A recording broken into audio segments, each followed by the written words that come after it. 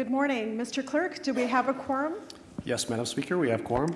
I call this meeting of City Council for October 30th, 2025 to order and acknowledge that we're on Treaty 1 territory, the home and traditional lands of the Anishinaabe, the Innu, and Dakota peoples, and in the national homeland of the Red River Métis. Our drinking water comes from Shoal Lake 40 First Nation in Treaty 3 territory. We'll now have the opening prayer. Please rise if you are able, and we'll hear from Councillor Santos. Thank you, Madam Speaker. Good morning.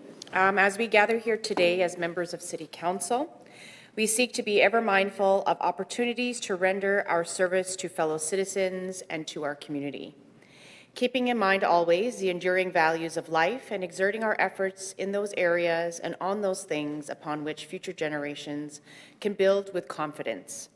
We recognize that we are meeting on Treaty 1 and Dakota Nation territories, the traditional homeland of the Métis Nation. Let us continue to strive to make a better world. Thank you. Roll call, Mr. Clerk. Madam Speaker, Councillor Sharma, His Worship Mayor Gillingham, Councillors Allard, Chambers, Dobson, Duncan, Eadie, Lukes, Mays, Orlico, Santos, and Wyatt. Thank you. We have a leave of absence motion for Councillors Brawadi, Rollins, and Gilroy. Mr. Clerk, will you read the motion, please?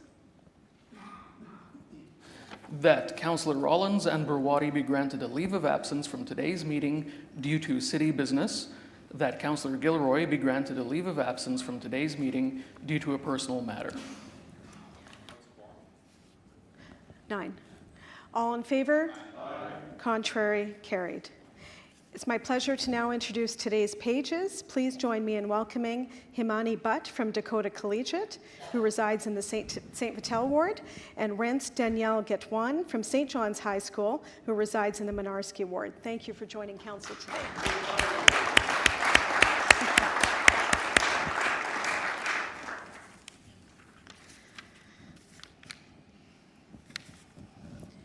And now we will have a very special swearing-in ceremony. As Council is aware, on October 25th, a by-election was held to fill the vacant councillor seat in the Elmwood East Kildonan Ward, which occurred due to the passing of our dear friend and colleague, Councillor Jason Schreier. The results of the by-election declared Emma Durant Wood elected. Before entering the duties of her office, the councillor-elect must make a declaration of office. I would now like to invite Mayor Gillingham, the City Clerk, and Councillor-elect Emma Durant Wood to the podium to make and sign her declaration of office before Council.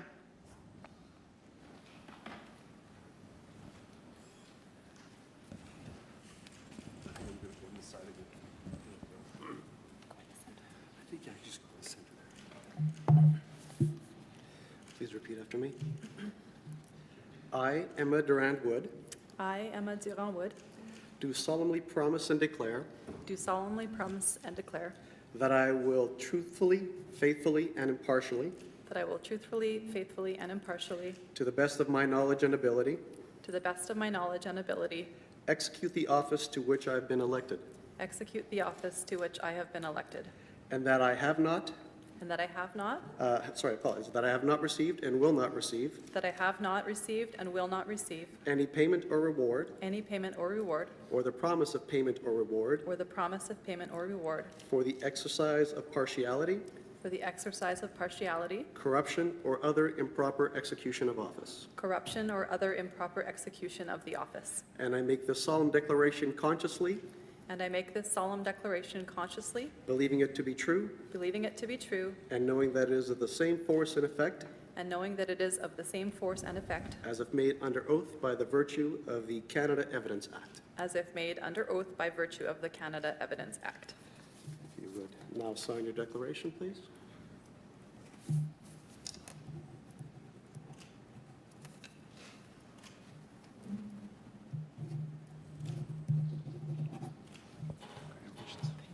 Your worship.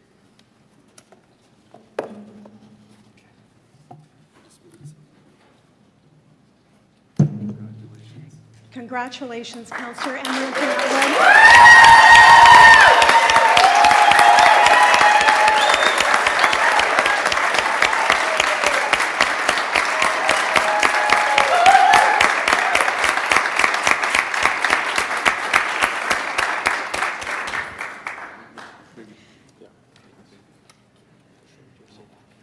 Congratulations, Councillor. We look forward to working with you.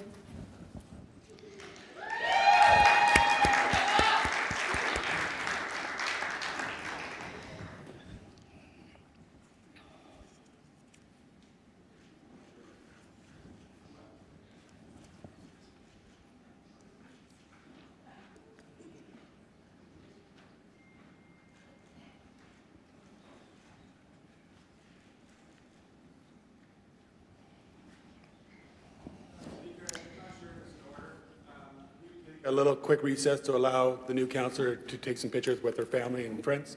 Thank you, Mr. Deputy Speaker. That's very much in order. We'll take a 5 to 7 minutes recess. Thank you.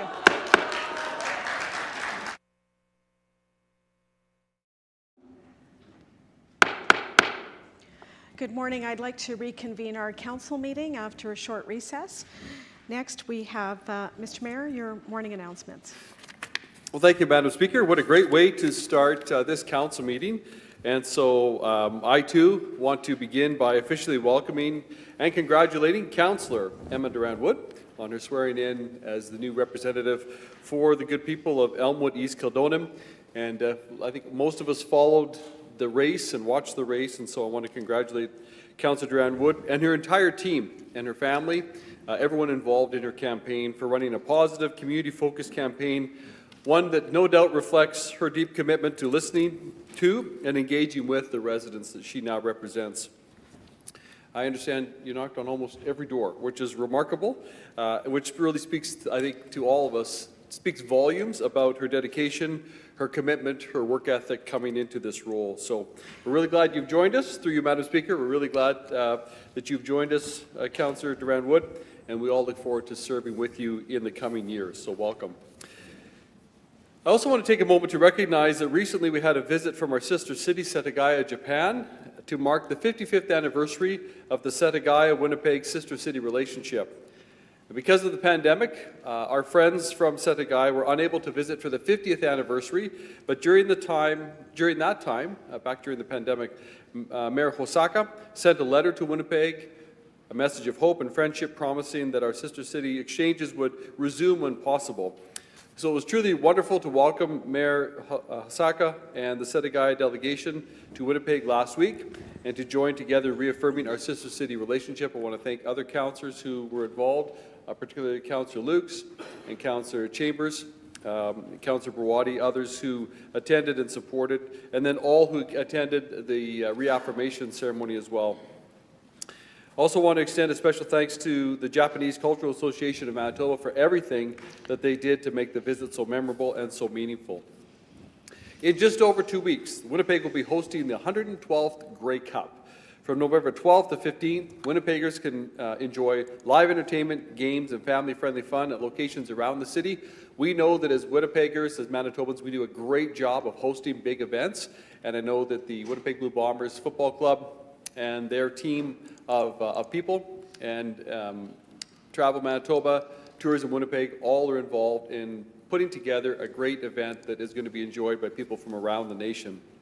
We don't know who will be playing in the Grey Cup yet, of course, but also want to congratulate the Winnipeg Blue Bombers, who officially sold out every home game in 2025. That's the first time in team history, and when you look at attendance records across other cities in the CFL, we are an outlier. We're very unique, and so credit to the entire team, their vision, and of course, the Bomber fans. So good luck to the Bombers on Saturday in Montreal. And before I wrap up, I also want to wish all Winnipeggers who are kind of celebrating the day tomorrow a happy Halloween. And if you're driving and out in the neighborhood, please watch out for kids of every age who will be out trick-or-treating on our city streets. I know a lot of people will be keeping one eye on the kids coming to the door for trick-or-treating while keeping another eye on the Jays game. So go Jays go, Canada's team. Let's bring it home. Want it all. Thank you.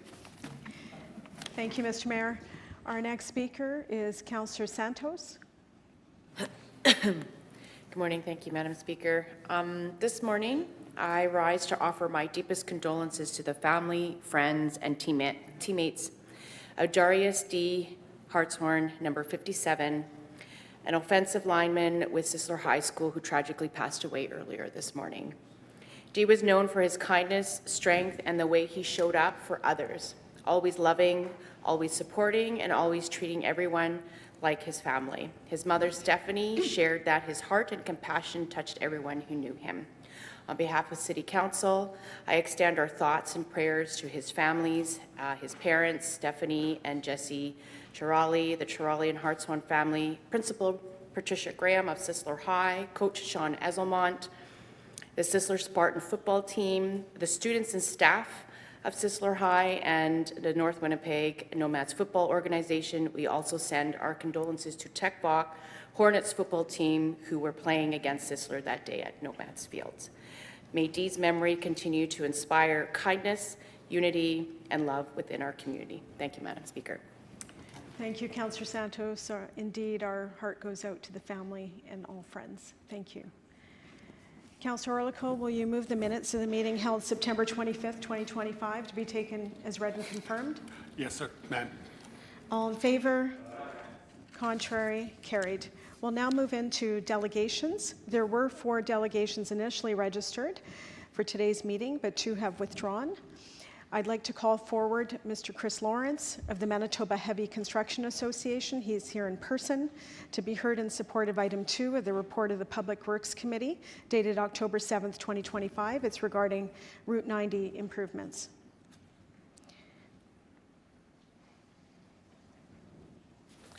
Welcome. Thank you very much. Good morning, Madam Speaker, Mr. Mayor, Councillors, Mr. Dunford, CEO, Civic Administration. Before beginning, I too want to add my congratulations to Councillor Duran Wood. We wish you well. This is a privilege, and we look forward to working with you. We're here to support item 2 report from SBC Public Works related to Route 90 improvements, and repeat our compliments to Director Jim Berezowski and Manager Andrew Condon for a thorough report. We submitted our own communication and support and hope you've had an opportunity to review it. Flowing from it, we encourage your continued big picture thinking, embracing the long-term vision for our city's growth and prosperity which this project supports. I say continued because this council has already voted 3 times during this term to prioritize this project. At its start, Council unanimously supported improvements to the Route 90 project as a priority for growing a strong economy as part of your Strategic Priorities Action Plan. On June 27, 24, Council accepted and referred forward the preliminary design for this project. And all but 1 member of Council voted in June 25 to adopt the Transportation Master Plan, which explicitly references the importance of the strategic roads network to goods movement and identifies Route 90 as a piece of that network requiring immediate investment. The recommendations before you continue those earlier decisions and therefore merit your support. As for the overall project investment, the argument to be made is that Manitoba and Ottawa have a responsibility to support a significantly larger share of the full capital investment. They are its immediate and life cycle beneficiaries, which augment existing and growing trade of our trade-reliant economies, generating sustained tax and related revenues to each of those levels. The only noise about the project intergenerational investment should be the share of the FedProv contribution, not whether you proceed with it. Collectively, we should expect Ottawa and Manitoba to each contribute at least 40% of that investment as enhancement of this key trade corridor benefits our provincial and national economies. Municipal governments should bear a much smaller proportion as they then have the responsibility for the remaining life cycle costs. And as to revenue generation, frankly, it is about shoring up the economy. So let's review what's happening. The Bank of Canada yesterday reduced the interest rate by 0.25%, and its governor cautioned that the U.S. tariff and trade policies impacts are reducing economic output, raising the specter of a lower standard of living because of a weaker economy. In response, the Prime Minister is meeting global leaders seeking new trade agreements. He's focusing on transforming our economy from reliance on a single trade partner to an economy that is more diversified and resilient. An objective includes the doubling of our non-U.S. exports in the next decade. The government's November 4 budget is expected to announce massive intergenerational investment to support growth and the global export of Canadian products. The Premier released on September 25 the provincial Manitoba Economic Development Strategy, and one of its features recognizes the role of municipalities in growth. Winnipeg Economic Development and Tourism will unveil its multi-year strategy for Winnipeg's economic and tourism growth next week. In this context, Winnipeg, too, has a leadership responsibility like every major urban centre in Canada, given that downtowns and surrounding urban areas generate 75% of Canada's GDP, according to Kate Fensky, Chair of the International Downtown Association of Canada. Councillors, the above makes it clear that growing the economy is job one for every level of government. Without growth, government revenues remain limited, constraining fiscal strength, flexibility, and ability to maintain, improve, or introduce programs that benefit our communities. And those include addressing crime, poverty reduction, and homelessness.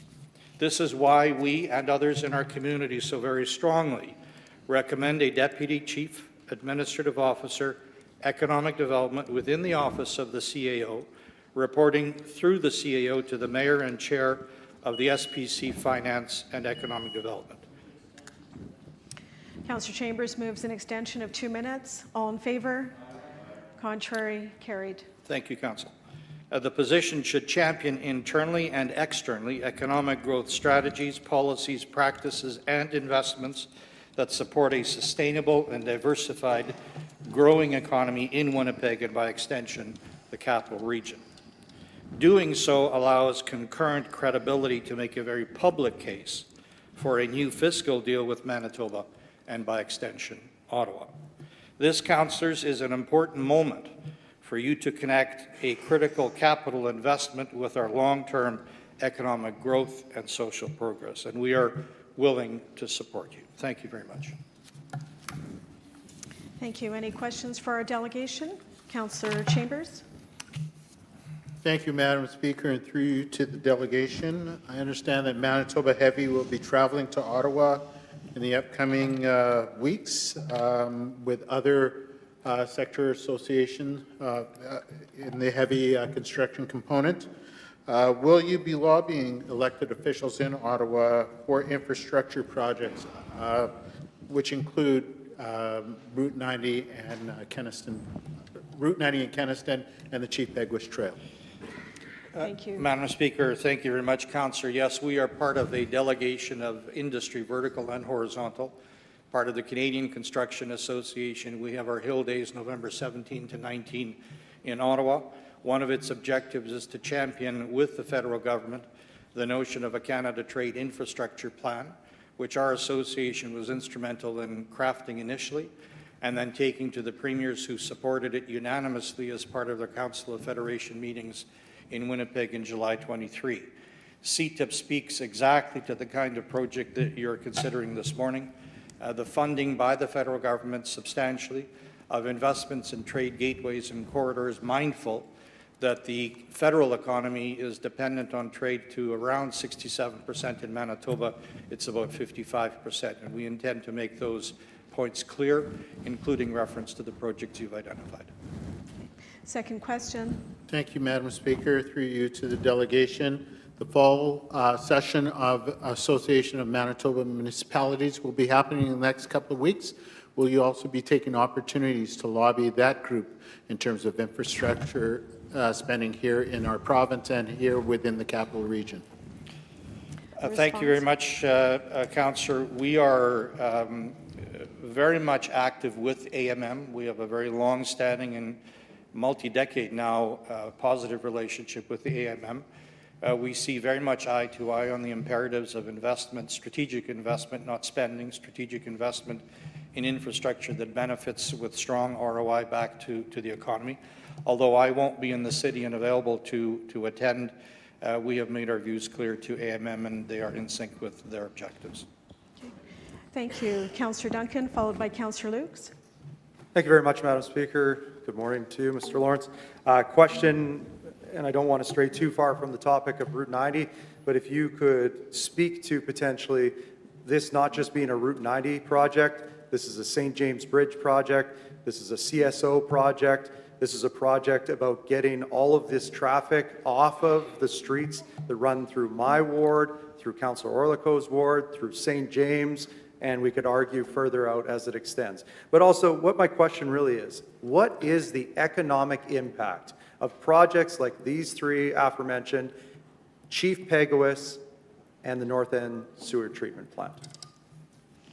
Thank you. The response? Yes, Councillor, thank you very much for that question. You cannot look at this project simply between its beginning and its end, because that is not what the project is all about. The project is part of your adopted transportation master plan, which lays out very clearly what the strategic roads network is, why that strategic road networks is important to our trade-based economy. It is identified in the Plan Winnipeg. It's identified in your strategic plan and a series of other documents as an investment in our economy ability to continue to trade. It carries more than carries roughly 80,000 vehicles on a daily basis. It is a critical north-south connector of movement of goods and products. And to give you an example of the kind of return that this provides in the long term. People were saying, why are you building Centerport Canada Way? Why are you investing $230 million in Centerport Canada Way? And the answer is, and why is the arm of Rosser investing in the extension of underground utilities to support growth? And the answer is that it has generated in excess of $1.5 billion of unincented private sector investment in growth, in trade, in manufacturing, in export, in supply, in equipment and related. And the same kind of return on investment will occasion Centerport South, which is within the boundaries of the City of Winnipeg, where the city is investing $73 million to extend sewer and water, $40 million of that coming from the province of Manitoba. That too will result in an excess of $1 billion of private sector investment in development. So Route 90, Chief Peguis, they are part of that strategic road network. They are part of the long-term vision. You cannot be part of the global trade network if you don't have a trade network upon which to move goods, products, and services. And I cite just one other example, which may seem external, but it applies across the country, including our community. The Canadian Centre for Economic Analysis, CANCEA, did a study in 22 on the importance of trade gateways and corridors to the manufacturing and export sector of our economy. And of those polled, anywhere between 30 and 50% said that they could not expand the profile of their exports because they don't have access to an efficient trade gateway and corridor system to move products to market. So this is not building a road. This is not something that's, somebody came up overnight and said, let's do this. This is not a make-work project. This is very much investing in our economic future and our capacity and ability to progress socially. Thank you. Second question. Thank you very much. Not to be a doomsday scenario, but from an industry standpoint, what type of impact would it have on other roadway infrastructure if the St. James Bridge were to close, such as other bridges currently in our city? What would happen in adjacent neighborhoods and the flow of traffic in the West End and Winnipeg in general? Because I can tell you, I'm not going to speak for Councillor Dobson, but I'll speak for the fine folks in Charleswood. We cannot take the traffic loads that would be diverted to the Charleswood Bridge and the William Clement Parkway as it stands. And we would have to then look at what are we going to do with the William Clement Parkway? And all of a sudden now we have another priority on our hands. What would be the impact to surrounding infrastructure? Well, the impact is already evident in the communities to which you made reference. And the impact includes people avoiding Kenaston and using the north-south streets alongside either side of Kenaston to find a quicker way to a destination south or northbound. The same holds true with Chief Peguis. Main Street, McPhillips, Keewatin, Inkster Mountain, Selkirk, McGregor, Salter, pick your street of significant traffic volume, were never designed to carry the type of volume nor the weight of volume that they are now being asked to carry, nor were they designed to handle trade. Kenaston is that network. It is part of that network. If you restrict its capacity, if you don't enhance Kenaston the way the city enhanced Pembina Highway, which by the time it was enhanced had gone beyond its designed traffic load capacity, you are going to continue to inflict additional traffic on adjoining residential areas. And that is of no benefit, no value. It adds nothing to the quality of life. It restricts commerce, and if you restrict commerce, you Councillor Wyatt moves extension for 5 minutes. All in favour? Contrary? If you restrict Carried. commerce, you restrict access to revenues to governments at all three levels. Counterproductive. Yep. Thank you. Councillor Lukes? So I don't see the Manitoba Trucking Association here, and I'm going to ask you this question. I don't know if you'll be able to answer it. Centerport is used, the perimeter is used a lot to transport goods to Centerport. But what is your perspective on goods movement, the need for goods movement between these two big retail destinations and using Route 90 versus, say, the perimeter? What is your perspective on that? Well, I don't think it's respectfully one or the other. It is providing the ability, the efficiency, and the productivity capacity to commerce to move goods and products to and from market.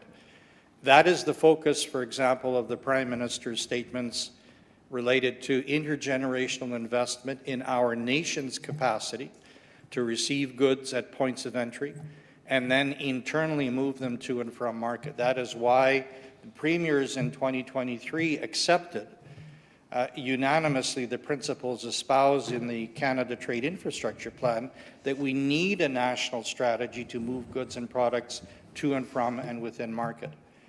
Winnipeg is very much a trade-based, trade-reliant economy. Manitoba, the same, and Canada equally so. Canada produces far more product than we will ever need to purchase or consume internally. And so we have to find markets. We've relied lazily for too long on the market south of the 49th. That market has been disrupted. That market will never come back in the form that we became accustomed to over these decades. So we have to find ways and means to export our product to other markets. And that also means finding time, energy, investment, and will to invest in trade gateways and corridors. And again, to put that in the national priority context, in 2009, the World Economic Forum judged Canada to be the 9th most reliable trade partner in the world. By 2019, we'd slipped to 32nd behind Azerbaijan. It's that catch-up that is now facing this country. This council at least has had the vision of adopting a transportation master plan. You've had the courage of making decisions consecutively and consistently related to this project and Peguis. These are very much future-oriented decisions that we encourage you to consistently make. Thank you. Next question, Councillor Lukes. Again, maybe if the trucking industry was here, they might be better positioned to answer this. But if we didn't proceed with this and we ended up just repairing the St. James Bridge, the current design that it is, how would the 4 years of one lane impact the trade corridor and the movement of goods? I mean, I can imagine it. I can only imagine that it would be massive. The report before you talks about what would happen if you didn't proceed with the project as recommended, as you have already at least twice or three times adopted in this term of council. It would be bedlam. Short and sweet, bedlam. Okay. Thank you. Next speaker, Councillor Wyatt, followed by Councillor Mays. Thank you, Mr. Lawrence. I'm sorry I've lost my voice, but I'm sure you'll. You never lose your voice. I wanted to say I'm the one member of council who voted against the Transportation Master Plan. And largely it was because of the fact that I felt we have to be more bold. And, we're talking about moving truck routes around and everything else, but we have to start making some investments, as you mentioned, in key strategic infrastructure. We see the Prime Minister talking about all this infrastructure going up north and everywhere else, and we have to tie into that. And we're still hampered by, as a council, a resolution that goes back to the 1970s that thou shalt not build freeways. And yet we could be building green freeways, we could be having rapid transit running down the middle of it, as you see other jurisdictions do, tying in active transportation, and yet we're going to be talking about widening Kenniston. We're widening Kenniston, but we're putting more traffic lights in the same jurisdiction that we're going to be doing it in. When can we finally get out of this box and actually get transportation moving again in the city that we're seeing bogged down all over the place? We're seeing it traffic light after traffic light at rush hour. It's not going to change. And even though we're going to be adding another lane in each direction, we'll have 6 lanes in total. The amount of development that's happening to the south and around the city, it'll overtax it immediately. What are your thoughts on this? Let's move the city into the next era, which we failed to do. This concludes our Thank you. question period under this delegation. Okay. I'll call you. Mr. Lawrence, thank you for your time. Thank you, Madam Chair. Our next delegation is Tim Fennell, to be heard in opposition to item 2 of the report of the Public Works Committee, dated October 7th, 2025. It's regarding Route 90 improvements, the same topic we just heard about. Welcome, and you have 5 minutes. Thank you, Madam Speaker. Thank you, everyone, for having me. I'm going to ask a lot of questions today. I'm not expecting anyone here to answer them, but I think you should consider them as you debate later today, because this is an extremely important issue, and there are a lot of questions generated from this motion. And Tim, we appreciate that presentation, but this isn't a question-answer session. It's your opportunity to present to Yes, council. I understand. Thank That's you. what I was just explaining. Sure. Rhetorical questions. Just want to be clear. Thank you. So this, when we think of a proposal, it has to fit within a policy, and we have a transportation master plan that has all kinds of goals, doubling the number of people riding transit, for example. All sorts of active transportation goals, all kinds of these things. And when I look at this proposal, it's hard to align the key items that we see in this proposal with the Transportation Master Plan. And the litmus test is, if you were to give it to somebody who's never seen the Transportation Master Plan and say, hey, what do you think the policy is of Winnipeg for transportation? What do you think their goals are? Do you think they would have any idea what those goals are based on what this proposal is? And my answer is no. I don't think they would. This motion is an expansion of 6 lane kilometers of roadway. It's going to cost hundreds of millions of dollars. This project, combined with the Chief Peguis Trail project, is looking at over $1 billion. And a lot of people forget how much $1 billion truly is. So just to illustrate that, 1 million seconds is 11 days. 1 billion seconds is over 31 years. It's a lot of money we're talking about here. And who's going to be paying for that? Anyone in here? Who's paying for most of it? We're planning to pay for it over 30 years. So that means my kids are paying for it. And the convenient thing about that is my kids are too young to vote in the next election a year from now. So you don't have to worry about what they're concerned about, because they're not voting next year. But I will be voting on their behalf, because they should not be saddled with the cost of this project. Now, we can look at the Deloitte study. We got the executive report for it. Everyone, I'm sure, here has it. It's in the agenda. It raised a lot of questions. There's some numbers that were just changed. Not a big explanation for why, just changed in the cost-benefit analysis. We like to call it the benefit-cost analysis because we're hoping people won't get all the way to the costs. But these are huge costs. And you look at the Deloitte, so it raises these questions. So I approached the clerk and I said, hey, can I see the full report? I'd like to see the full report. I'm sure everyone in this room has a copy of the full report. Does everyone has it? Oh, you don't? Yeah, neither do I, because they wouldn't release it to me. They said it contains sensitive information. We have an open government policy in this city. Open government. When we pay $300,000 for a study, taxpayers' money, my money, your money, and we can't see the $300,000 Deloitte study that we're basing this project on, that's a recipe for a boondoggle. Do you want your names attached to a boondoggle? You want to support a boondoggle? That's how you do it. This is totally unacceptable. This is public information. It should be shared. It should be accessible. Do you have something to hide? That's what it looks like. That's the optics. Is that what you want to support? You want to support the optics of a boondoggle? Because that's what you're doing when you support this motion and this project. And yes, there are very important infrastructure concerns about this project. Thank you. We'll take any questions at this time. Councillor Wyatt. I'm curious about your attempt to get the cost-benefit analysis. So who did you reach out to for that? Could you elaborate on that? I reached out to the clerk through the speaker. I reached out to the clerk, and I said the clerk for who I was told I would be delegating, and I said, hey, I'd like a copy of this, and the clerk then reached out to the Standing Policy Committee for Public Works clerk, and they responded saying they didn't have it.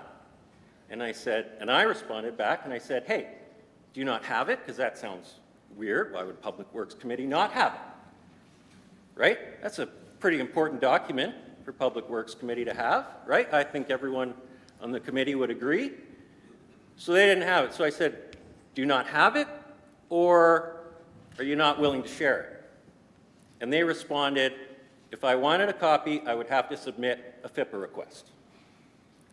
In the past, Second question. yeah, in the past, cost-benefit analysis have been released, so I'm kind of curious why it's not. Have you reached out to the chair of Public Works or to the director of Public Works to say, and I know you went through the clerk, which is the right process, I'd like to get a copy of it. And in the past, we have released that, so I'm kind of surprised that the city is not releasing it, and I'm curious why, and why you have to be directed to get a FIPA for something that would have taken tens of thousands of dollars, if not more, to write. So have you thought of that? Asking the chair and maybe the administration of the city, that'd be the next step, I guess. Yeah, I mean, this is something I've been working on the last few days since I registered to speak, so I just haven't had that opportunity yet. Thank you. Councillor Mays. Yeah, thank you for the presentation. Much as I hate the "Are you aware?" questions, I'm sort of obligated to use that form here. Fair questions about seeing the whole report. I asked for the whole report. I don't know if any of my colleagues did. Are you aware I was able to actually see the report, and did not have to sign an NDA? I guess that's my first question, that council members, if they ask, were able to see the report. Could you restate your question? Um, I didn't hear it clearly, Councillor Mays. Fair enough. Are you aware that, at least in my circumstance, I can't speak for all councillors, I asked to see the report, and I was able to see the full Deloitte report, which is a commercially produced report. Okay, so you're telling me you've seen it? Yeah. Okay. So second question would be the report actually, and I think this is reflected in here. There were certainly critiques made by many people, including myself, of the original cost-benefit analysis, and I'll speak to that later today as well. But one of the issues was the failure to implement any sort of contingency into the calculations. This report, commendably by Deloitte, said you got to put in a contingency here. That's how we do these projects. So I guess you having not seen the report, you couldn't be aware of that, but any comments on that? That at least the revised report, which does lower the net benefit from 20 million to 10 million over a much longer arc of time, that at least the contingency costs are incorporated in. Yeah, I mean, I have a lot of, through the speaker, I have a lot of concerns about the report. One of the big ones is opportunity cost is completely not considered in the report, from what I can see. You know, when I did a quick search to look at the federal government's guidelines for cost-benefit analysis, they had a guideline for it, and their guideline, about 37 pages long, had 27 mentions of opportunity cost in their guidelines for cost-benefit analysis. We have mentioned opportunity cost exactly 0 times in our cost-benefit analysis. And we're wondering why we applied twice to the federal government and got rejected. Well, we're not even meeting their minimum requirements for cost-benefit analysis. And when we consider these other things, it makes the project look like a horrible waste of taxpayers' money that's not considering all the things we had to cancel in order to accommodate this project, like the garage north of the city that we want to use for our new bus system. And this new bus system is going to require frequent buses to be successful. We want to have articulated buses. And on July 3rd, our Public Works Council, our Public Works Committee had to scale those back. Thank you. Councillor Mays, next question.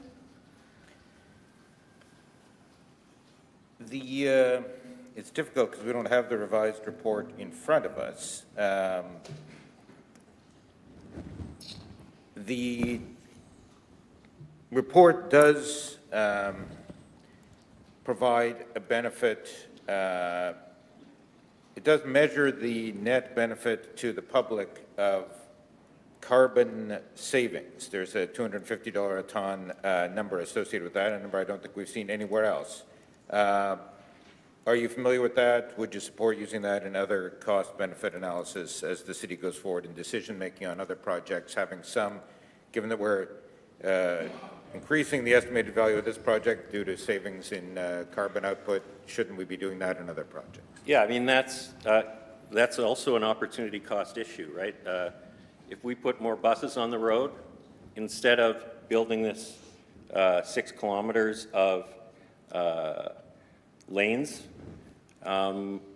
we will save way more carbon than those lanes would purportedly produce, which is weird. It's a weird calculation because usually when you build more roads, you have more cars on the roads and you have more carbon.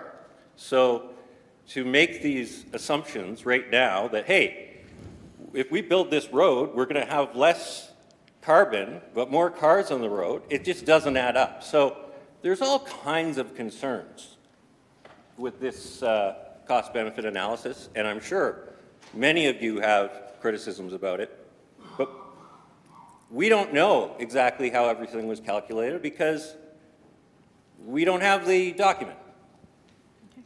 Thank you. Next is Councillor Duncan. Thank you. Just to clarify, how much is the road project. So what you're speaking to, you mentioned a number. Can you clarify, how much is the road project? So I've heard different estimations of it. Madam Speaker, it's not an estimate, it's a public document that was forward-facing at Public Works. How much is the road project? Just the road, like the additional portion, $260 million is, I think, the number I remember, something in that neighborhood. Second question. Thank you. For clarification point, the document that was submitted to Public Works, the road work is at $163 million. The sewer work, the CSOs, is at $118 million. The St. James Bridge is at $282 million, and the property value that would need to be acquired is at $48 million. So which one of those is not a priority for you? The response? Well, obviously, there's things that we have to do. There's lots of different ways that we can approach these problems, and the studies itself leading up to this project didn't look at all the different possible alternatives to repairing the bridge. We looked at expanding and adding all these different things. So to say, oh, well, we can only cut this project by this much because this is how much we built in roads, that doesn't make sense. The issue is we didn't look at all the other alternatives. And so we can't say, oh, well, this part of this project was this much, because there's no alternatives here. The only option we have presented before us is, okay, we're going to build this, we're going to expand these bridges, we're going to put these extra lanes in, and oh, how much the extra lanes cost? We're not really sure. You know, we've had recent projects that have gone way over budget. Okay, thank you. Final question, Councillor Duncan? Yeah, thank you very much. The extra lanes at $163 million is the cost. Are you aware? The response? That's the cost that's been estimated, yeah. Sure. Next speaker, Councillor Wyatt. I'll just be very quick. You're aware that that intergenerational payment for a project is not unheard of. When I endorsed the mayor to build east of the Red Recplex, that's a multi-million-dollar facility, tens of millions. Mm-hmm. More than one generation is going to benefit, more than one generation should pay. It's simple as that. Okay. Thank you. That concludes question period under this delegation. Thank you for your time. Thank you.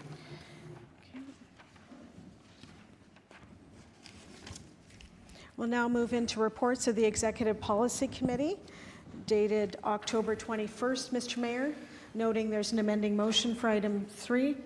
Yes, thank you, Madam Speaker. Yes, noting the amending motion, as you said, for item 3, I'd like to stand down item 1. And so with that, then I would move items 2, 4 through 15 inclusive. Okay, thank you. I'll call the question on 2, 4 through 15 inclusive. All in favor? Aye. Contrary? Okay, that's carried. Item 1, Item pilot downtown heritage residential conversion grants. Thank you, Mr. Mayor.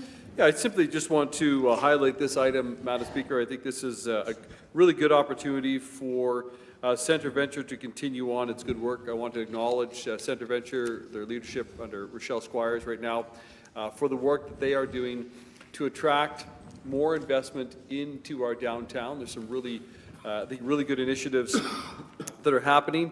And yes, for sure, it benefits any downtown investment and development, certainly benefits the wards represented by, Councillors Rollins and Gilroy and Santos. But growth in the downtown, development of the downtown benefits the entire city. I've said consistently, I will always maintain this.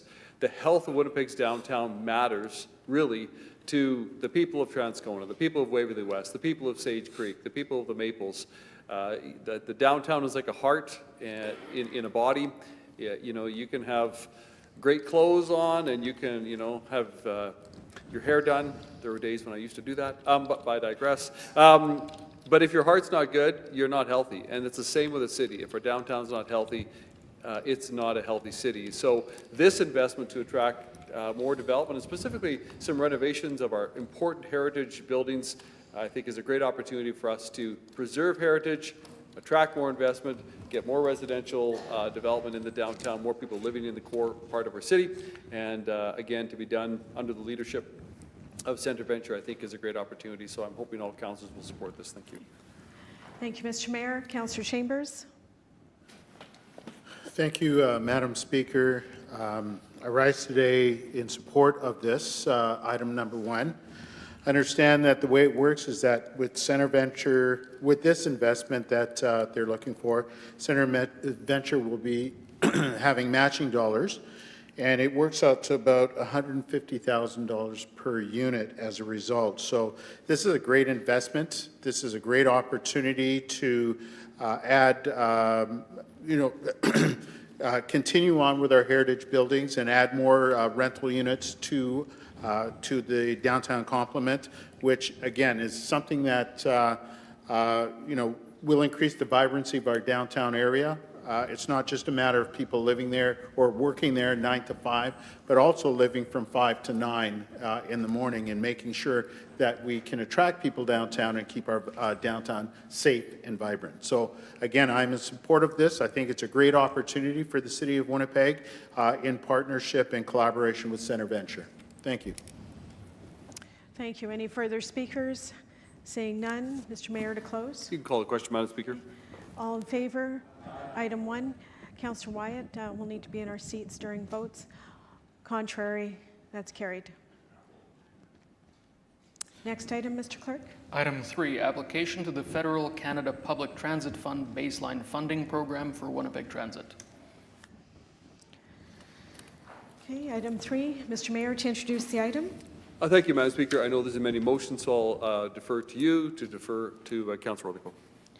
Thank you. Councillor Orlico, your opportunity to introduce amending motion 1. Thank you very much. Amending motion number 1 is actually the result of a really productive meeting I had with the CAO about why some information is not coming forward where I think it should come forward. And he pointed out some good things, made a lot of sense in areas, but again, I still feel that it's important, as we just heard from one of the delegations, that we do have information that can be released, that needs to be released. We may or may not be interested in reading it, but it should be public record. So this is all this saying is when the MOU is fully executed, that it gets put on the agenda for information, as in our first column of the thing.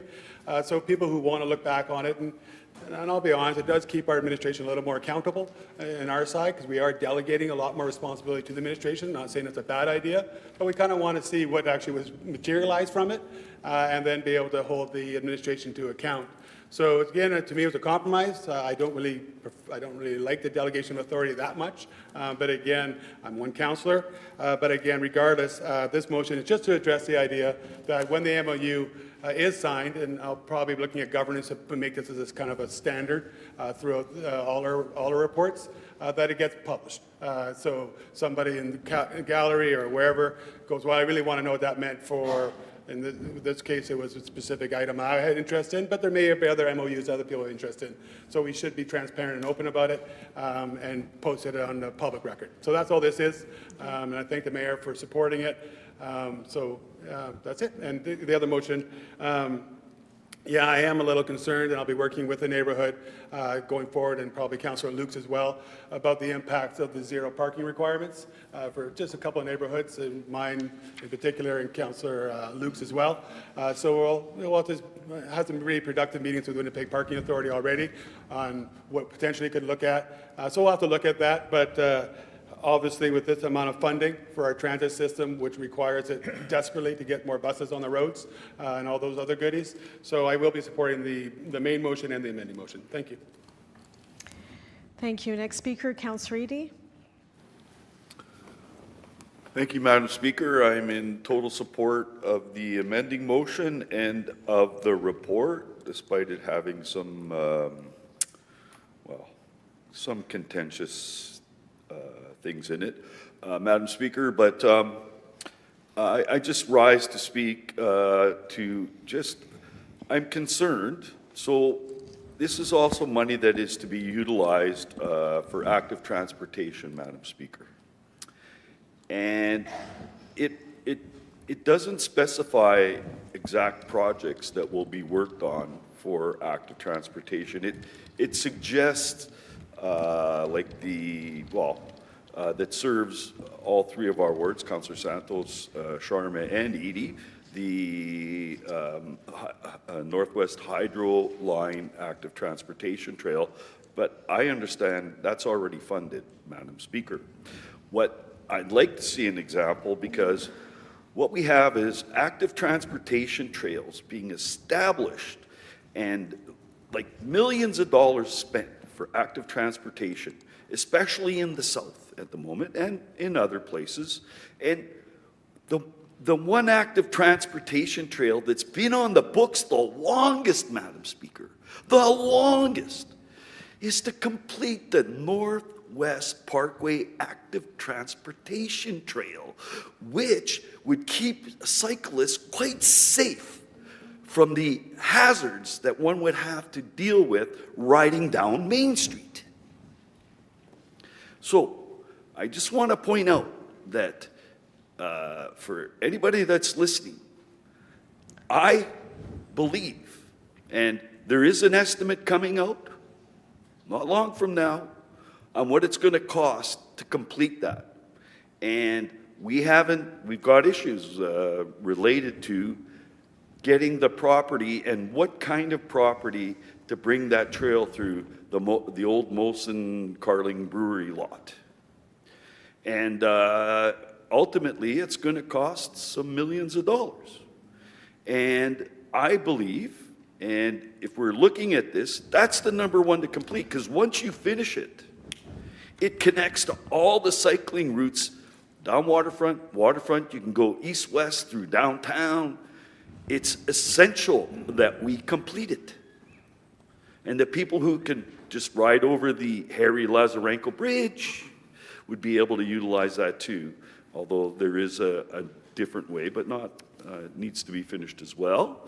But I just want to point that out, Madam Speaker. I believe the number one AT trail that needs to be finished is the Northwest Parkway AT trail. Thank you. Thank you. Next, Councillor Mays. Briefly, commendations to Councillor Orlego for getting some clarity on and more disclosure on these agreements with the federal government. And it is just worth noting, would have been easier under the Housing Accelerator if we'd had this definition to go forward with on high frequency or higher order transit and the 800-meter walk shed from those stations. So just for future debate here, people should be aware, we now have a very different definition of high-frequency transit and frequent transit. So this will probably come back and be part of our debates in the future, but this is a very different definition of, well, high-frequency transit's now being treated differently than frequent transit in terms of development applications, but thanks to Councillor Orlego for clarifying some of these points, and like him, I will support the amendment and support the motion. Thank you. Councillor Orlego, your opportunity to close if you wish. Okay. Mr. Mayor? Okay, I'll call the question. Amending motion 1. All in favor? Aye. Contrary? That's carried. And the main item as amended. All in favor? Aye. Contrary? Carried. Okay, we now move on to the notice of motion, moved by Councillor Wyatt and seconded by Councillor Orlego. It's regarding the Caspian construction settlement. Councillor Wyatt, your opportunity to speak to the item. Yes, I think the motion is self-explanatory. Everybody has a copy of it, I believe. And I would like to hear, I'm introducing it, I'd like to speak to it later, maybe hear what others have to say prior to getting heavily involved in the matter. Thank you. Any further speakers on this item? Okay, seeing none, Councillor Wyatt, back to you. Well, I guess I reiterate the need for us to get a breakdown on the settlement, Madam Speaker. It would be nice to have this information. Maybe it will come via the budget. That's my hope. So we'll see when it comes with the budget, which I believe is coming in short order. So I look forward to that, but it's something that I'll keep watching for. Thank you. Okay. All in favor of this item? Aye. Contrary? That's carried. Okay.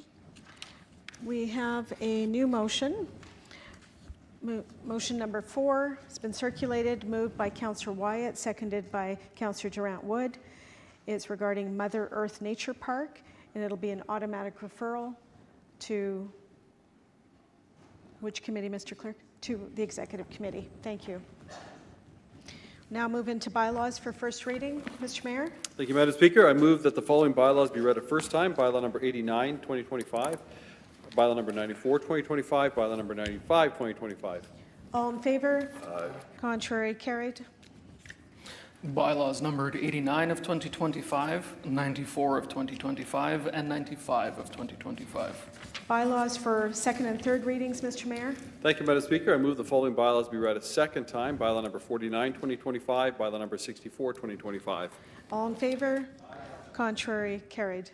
Bylaws numbered 49 of 2025 and 64 of 2025.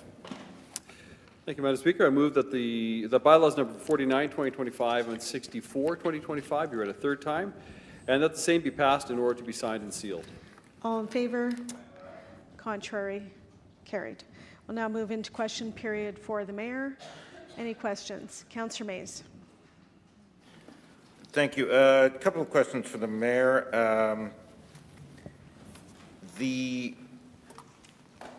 recent, we have yet to consider the new water sewer proposed rates at Water Committee. That will be coming next week.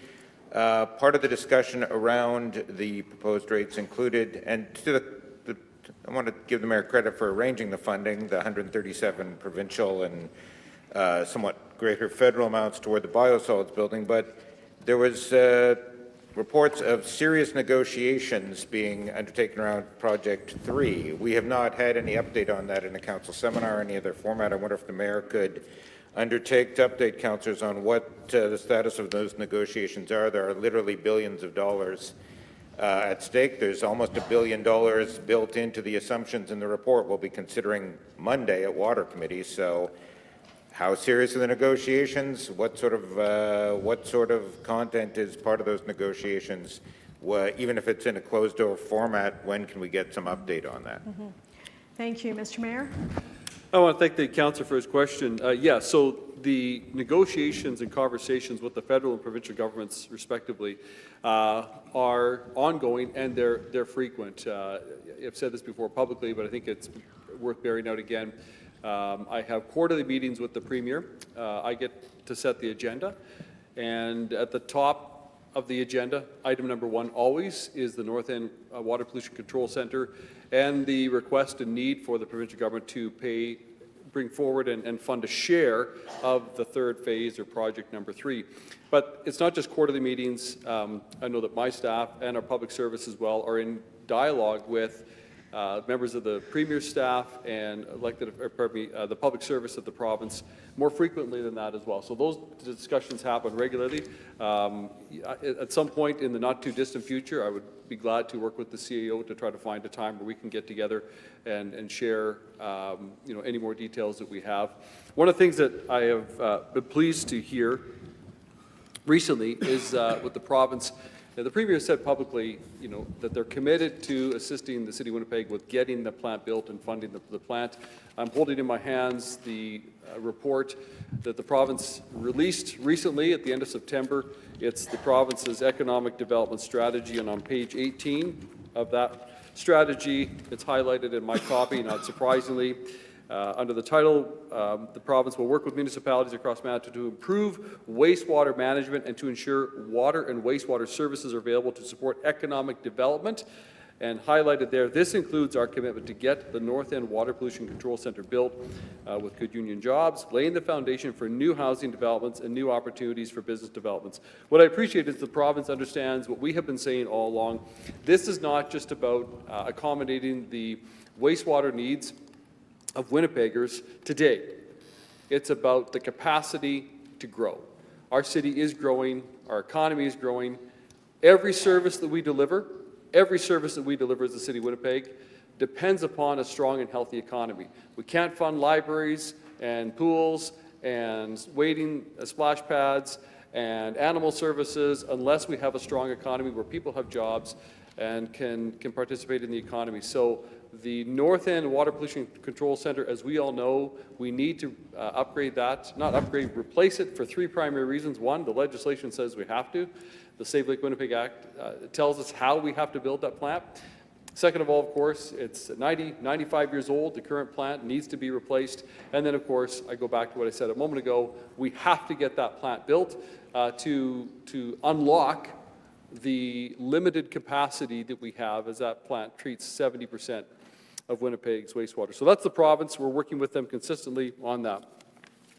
On the matter of the federal government, I can tell you what has happened since our last council meeting, through you, Madam Speaker, to the Councillor Mays and to other councillors, is Minister Gregor Robertson, the federal minister of Housing and Infrastructure,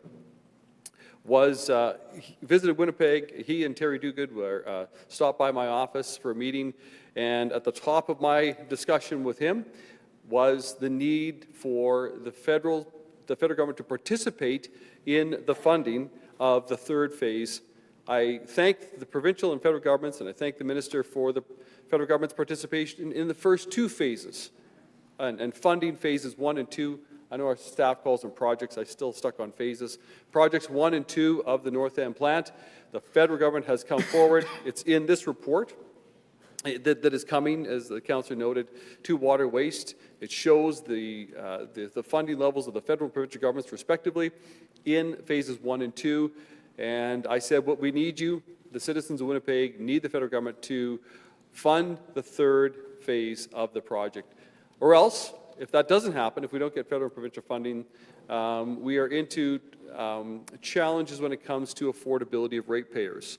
And I do know, because I've heard firsthand from the Premier, affordability is important to him, and certainly this federal government is working to deal with the rising costs of matters as well. So we need the federal government to participate in the third phase. That was my question and request and ask specifically to Minister Robertson. The good thing for all of us, I think, is that Minister Robertson used to be the mayor of Vancouver.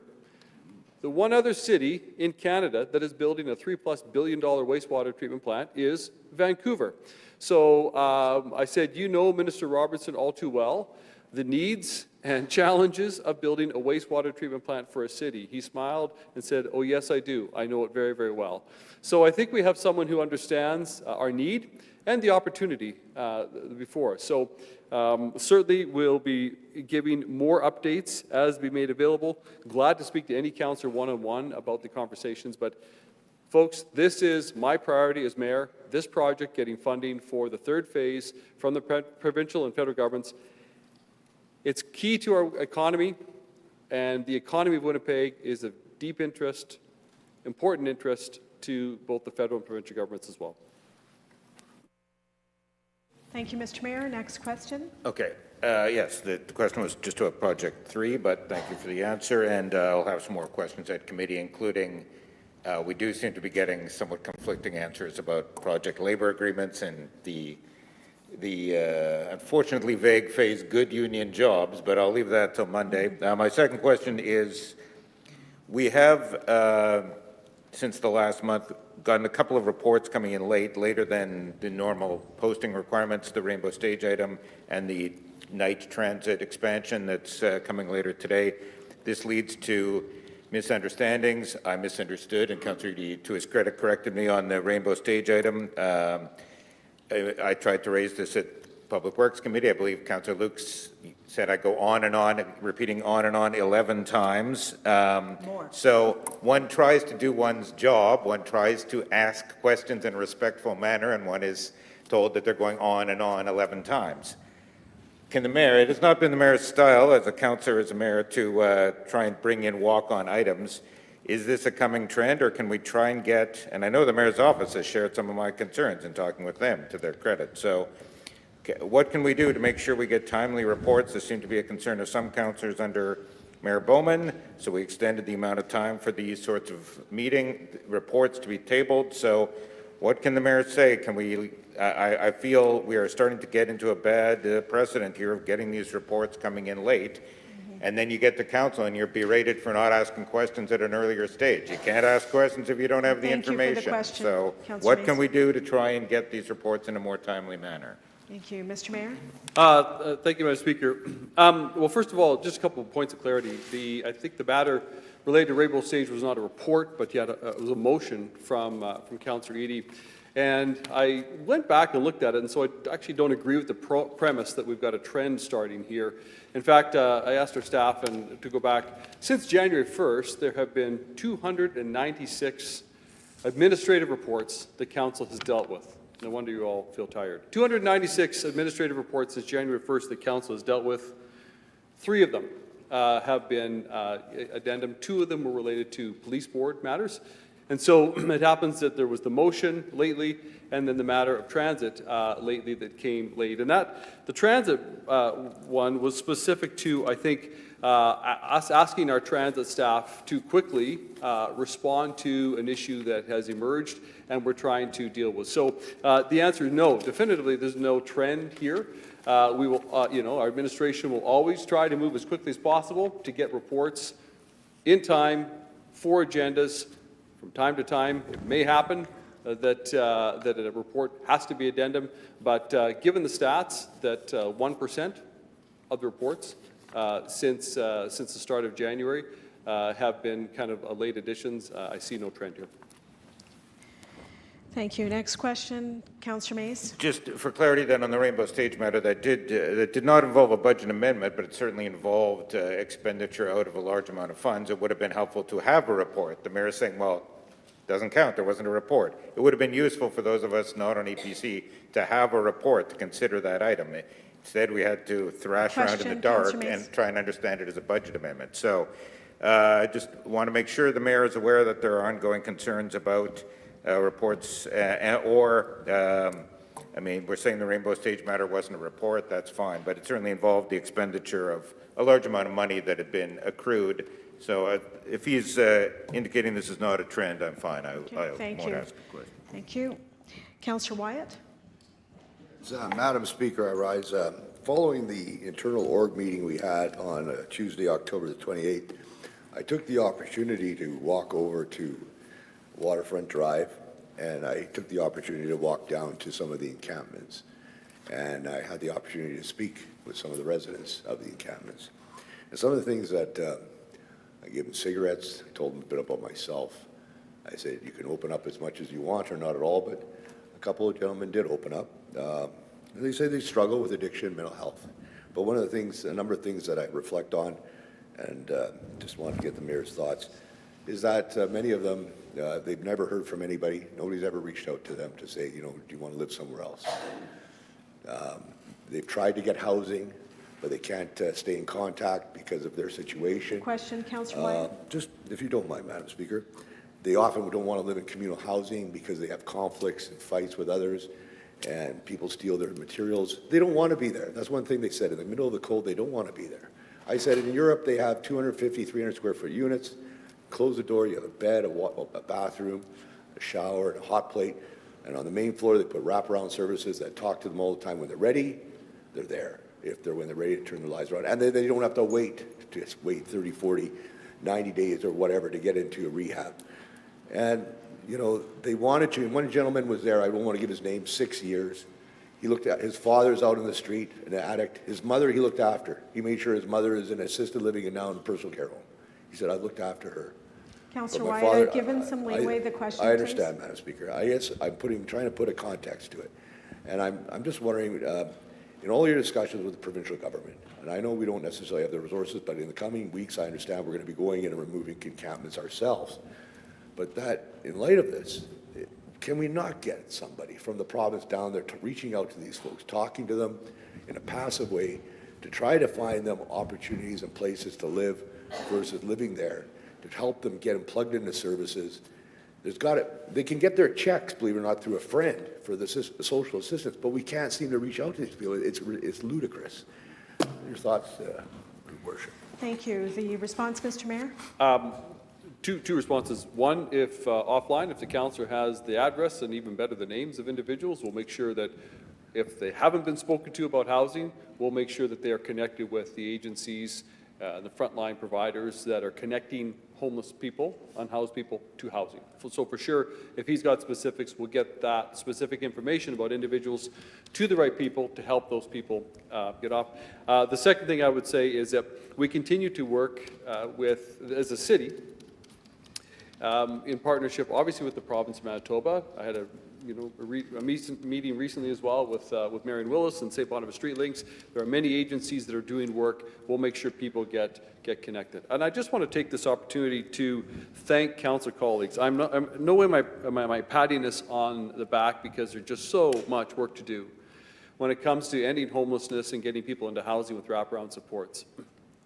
But I would say that this council, you as council members, every one of you, every one of us, I would say have been doing more seriously to find ways to address the matter of homelessness and unsheltered people than I think probably than any other council in the history of this city. I think that would be fair to say. You go back through the generations of Winnipeg's history, there were times in Winnipeg's history, post-World War I for sure, other times when there was a shortage of housing in the city, but the volume of people living on our streets right now, I believe, is unprecedented, and I think this council is taking this matter very, very seriously, and I want to thank councillors for their hard work. We might not agree on every little aspect of it. That's fine, we'll debate it, but there's no doubt that this council, the members I have spoken to around this chamber, have a heart, they care, they're compassionate, they also want to protect our broader community, but everyone's taking this very seriously, and I want to thank all the councillors for their hard work.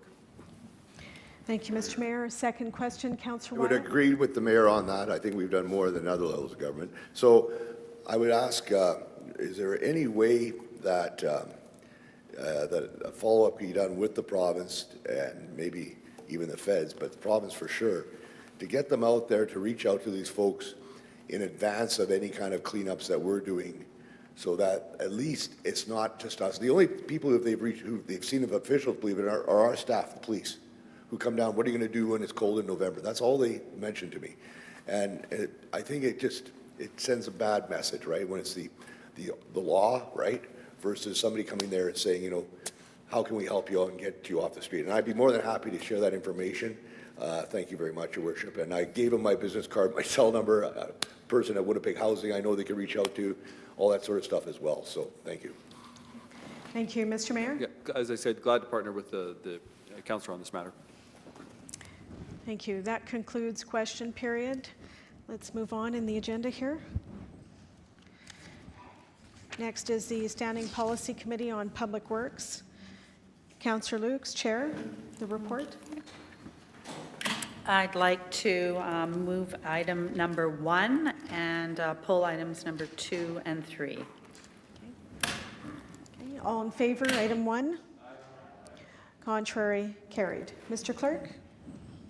Item 2, Route 90 improvements, Taylor Avenue to Ness Avenue, Value for Money study, findings and next steps, purchase reference number 783-2025. Thank you. Councillor Lukes to introduce the item. Sure.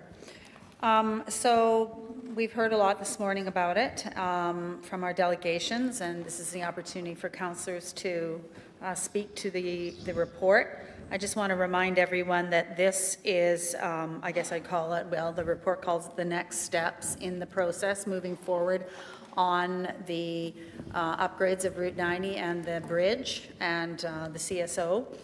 Now, this report is asking for $5 million in the next budget to put towards starting the process of land accumulation. I know, because we've been supporting this, the majority of council is supporting transportation as the backbone of the economy, and this is what this initiative is about. So I'll leave it at that. I'll probably provide closing statements. I do feel other councillors want to speak to it. Thank you, Councillor Orlikow, followed by Councillor Eadie. Thank you very much. I'm not going to speak to the overall plan. I support it. I supported it in the past. Yes, it's a whole lot of money, but as we grow, we know that it's going to be it's going to get more and more difficult to transfer between I guess we'll call it the center to the south.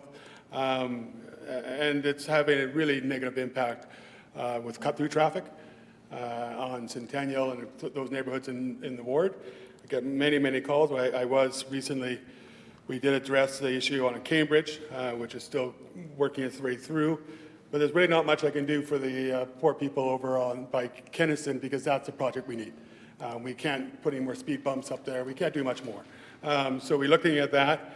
Maybe we can look at some stuff, and we'll wait till the road the speed limit debate happens. But what I just want to point out, I really want to thank council for, and I really hope you're going to support this. I feel incredibly horrible, because we know we're going to do something there eventually, and it's been a long time this conversation is going. Imagine living on Kenniston.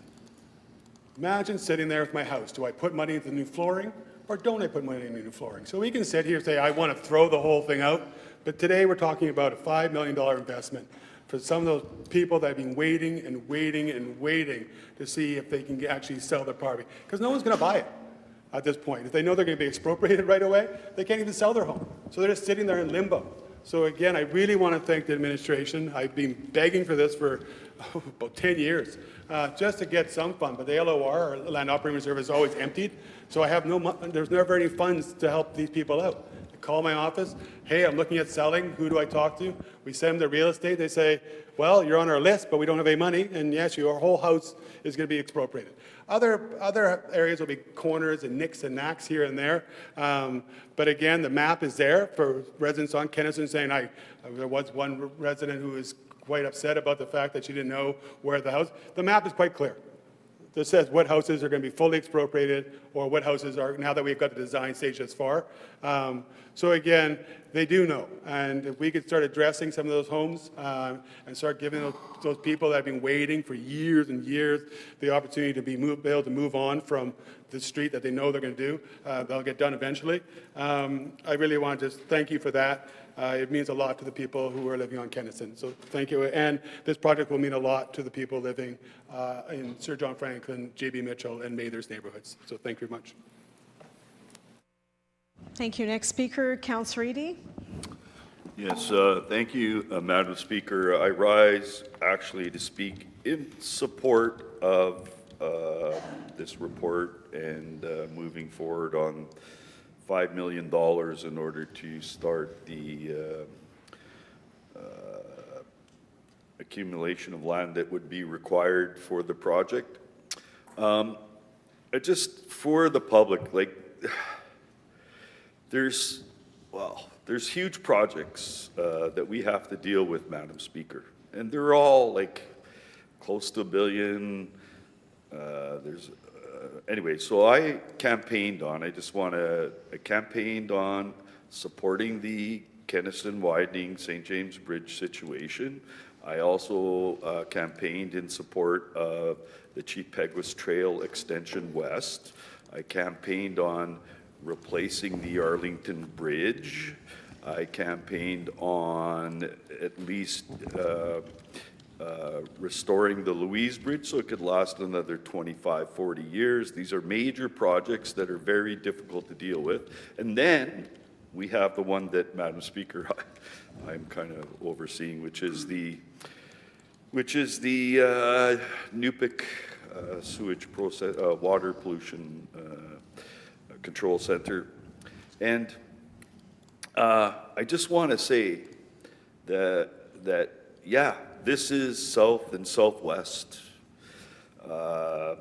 Although it improves the traffic for anybody coming from, say, Garden Grove or Brooklyn or anything like that who wants to go down to work around Sterling Lion Way.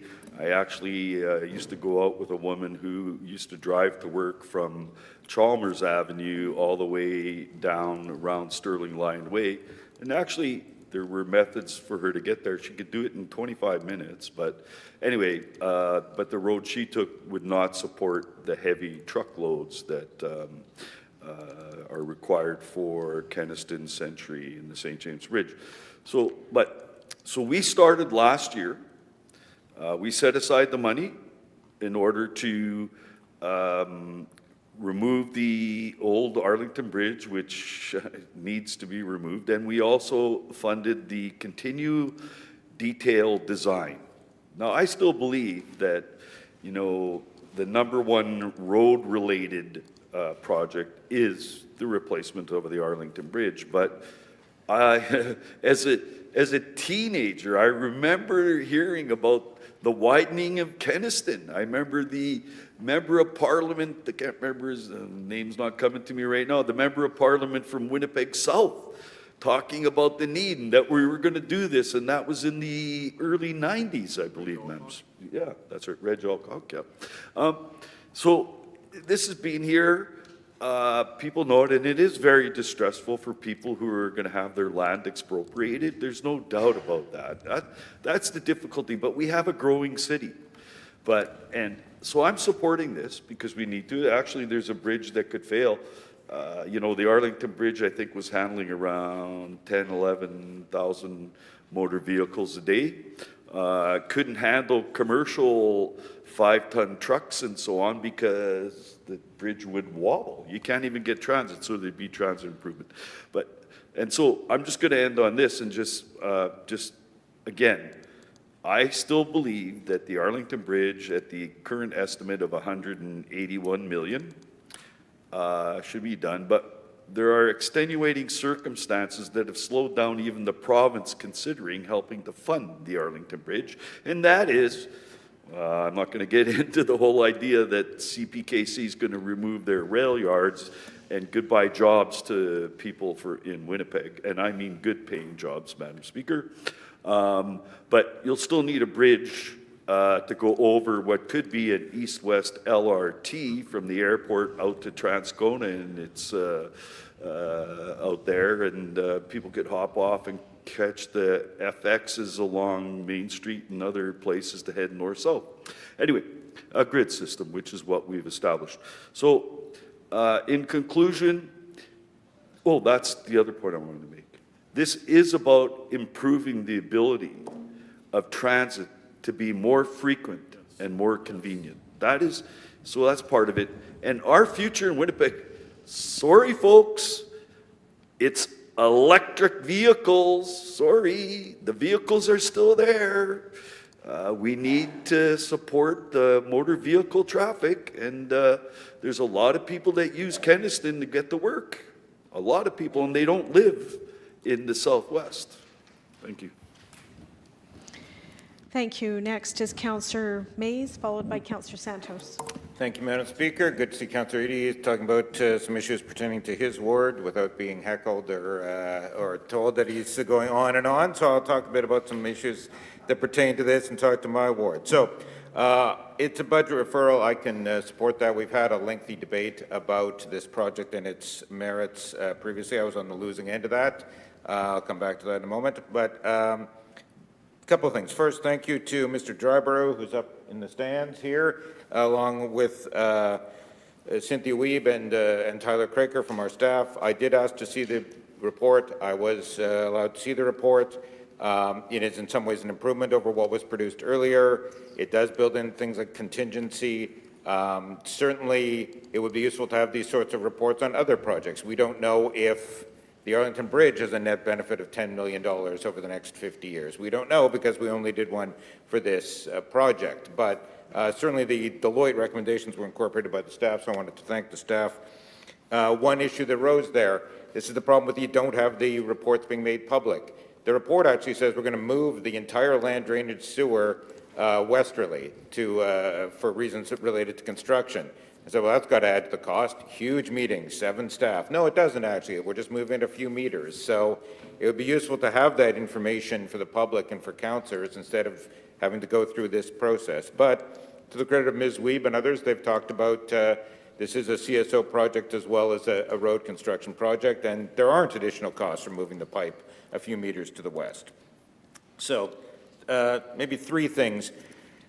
We heard Mr. Lawrence use it this morning. We've heard others. Oh, there's 80,000 cars. There's 78,000 plus cars on the bridge. On the bridge, on the bridge. I don't oppose doing work on the bridge. If you go further south, look at the City of Winnipeg map. It's right there. There's 50,000 cars going from Taylor north, then about 60,000 at Grant, back to 50-something. So I mean, if you want to just take the higher number, you can take the higher number, but it's just not an honest estimate of the amount of traffic on the stretch that's to be widened. So when we had this debate the first time, I pointed out, you know, people talk about years and years of waiting. There's a 2009 report calling to do work on St. Mary's Road. Never done. It's in the 2012 Transportation Master Plan, which, you know, Mr. Lawrence emphasized. That was in for the 2022 period. When we first debated this, I was told, yeah, we're moving that to the 2050 period. You've had tons of density in the southeast. Suck it up. We all get complaints, Councillor, was the response I get. So let's be honest.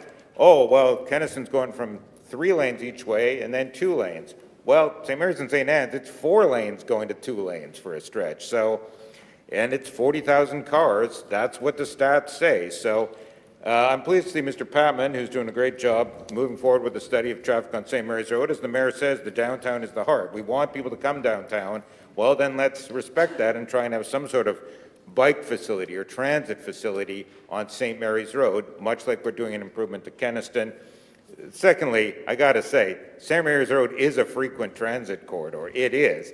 Kenniston is not. All the increased density rates one gets from being near a frequent transit corridor, one will get being near St. Mary's Road. We'll have more growth going there. So what have we seen in the course of the last 15 years around the southwest? We've seen Kenniston Underpass, Waverly Underpass, the extension of the bus rapid transit corridor down to the southwest. Now we'll have this project. We've had the Waverly Roads project.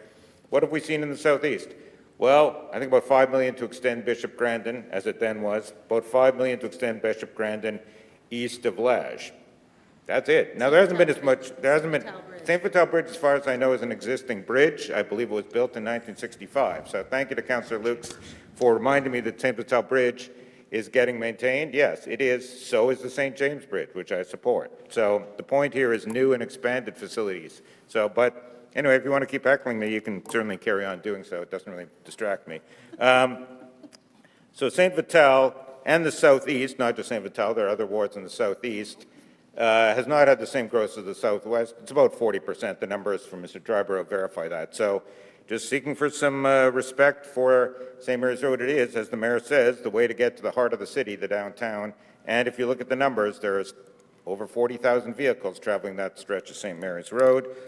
I'm pleased to see actually a budget referral for $5 million. We had been told, it was my understanding we'd been told that this was going to be a no-change budget. People have disagreed with me and say that wasn't said, and perhaps I misheard it, but I'm delighted if I got that wrong, because if we can make changes in this budget to the tune of $5 million for projects like this and other projects, well, that's productive. We can actually have a debate about increasing funding for items for $5 million, but it's a little difficult to square a budget referral for $5 million while you're being told we don't want input from councillors, no change budget. Perhaps I misunderstood that. That's good. I'd like to see a $5 million investment.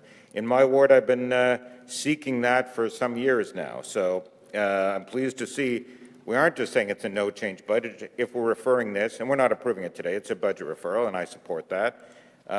So some final comments. We do need to get a more consistent approach on these cost-benefit studies, and I appreciate the mayor ran a platform. He called for Kenniston. I'd rather have just had that debate. It was in the platform. People voted for it. Let's go. But we have this cost-benefit analysis.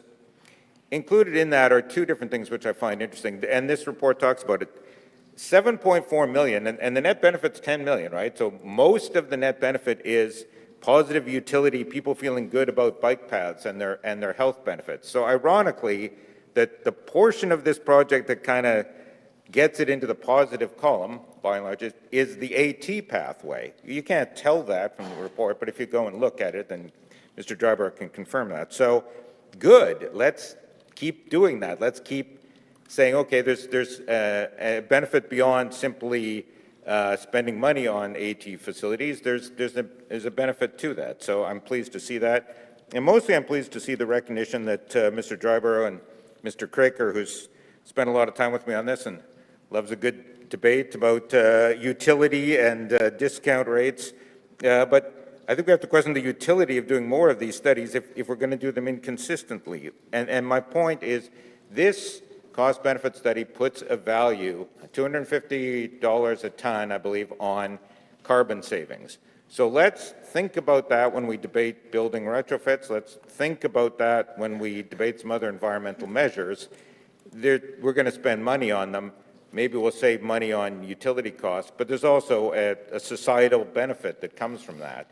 And we haven't done that in some of our other analysis. So I'm prepared to support this today. It's a budget referral. So we've canvassed some of these numbers before, but and I do want to thank the staff. I do feel that report should have been made public, but it's actually an improvement over the previous cost-benefit study, and Mr. Dryburgh, to his credit, has implemented some of those changes. So, in short, I hope we can move forward with the debate on other budget amendments, including taking some measures to improve active transportation and transit to the southeast. Thank you, Councillor Mays. Next, Councillor Santos, followed by Councillor Wyatt. Thank you, Madam Speaker. All right. So this project has been discussed for decades, and while it represents a major investment, it is fundamentally about positioning Winnipeg for the future, for trade, for safety, for economic growth that benefits the entire city.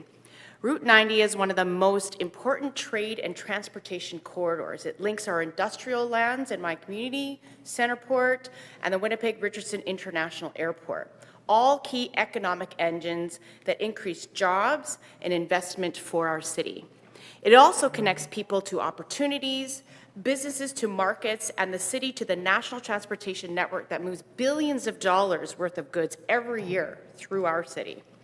Supporting Route 90 isn't simply about one neighborhood in our ward.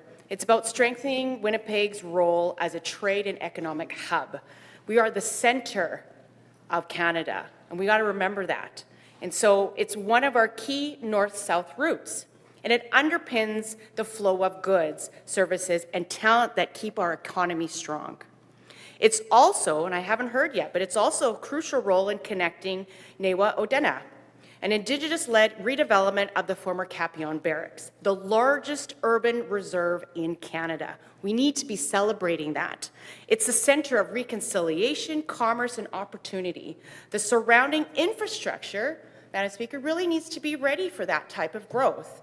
And so, I understand, and I can hear from delegates the concerns about it, but right now we're talking about the $5 million investment, and it's about being responsible preparation, securing key properties, advancing design work, and reducing project risk before construction.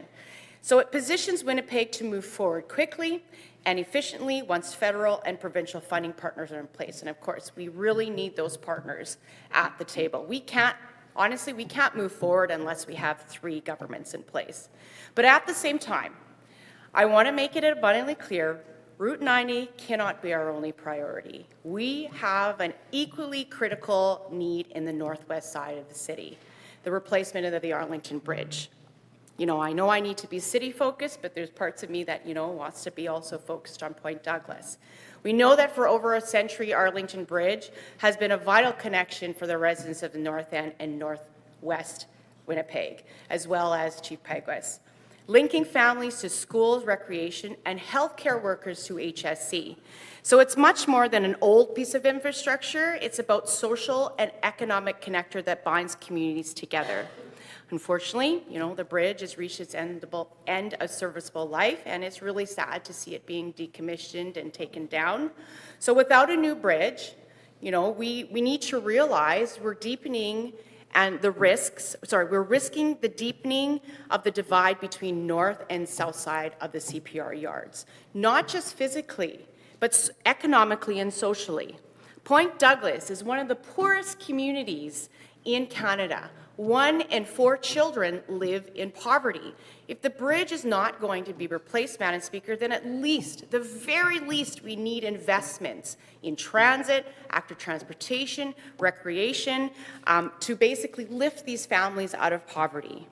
And I understand at this time, the province has been focusing on long-term provincial relocation of the CPR yards, as my council colleague had mentioned, but, you know, those are lost jobs. But the project is like decades and billions of dollars to do that. So residents and businesses in that area can't wait that long. So I personally believe the Arlington Bridge is still essential today. But we must continue to invest in the planning and the design work of both projects, including Chief Peguis, so Route 90 and Arlington Bridge. These are still two corridors, one strengthening our trade and airport gateway to the southwest, the other reconnecting the heart of our northwest communities. They're twin priorities for Winnipeg's growth and equity. Together, they support the safe, efficient, and inclusive movement of people and commerce across our city. We need to also balance priorities alongside the $3 billion upgrade to the North End Sewage Treatment Plant. So every time we talk about investments, it's a broader strategy to keep Winnipeg strong, affordable, and positioned for long-term success. Madam Speaker, I do support the Route 90 project and this motion before us because it represents a thoughtful, forward-looking plan.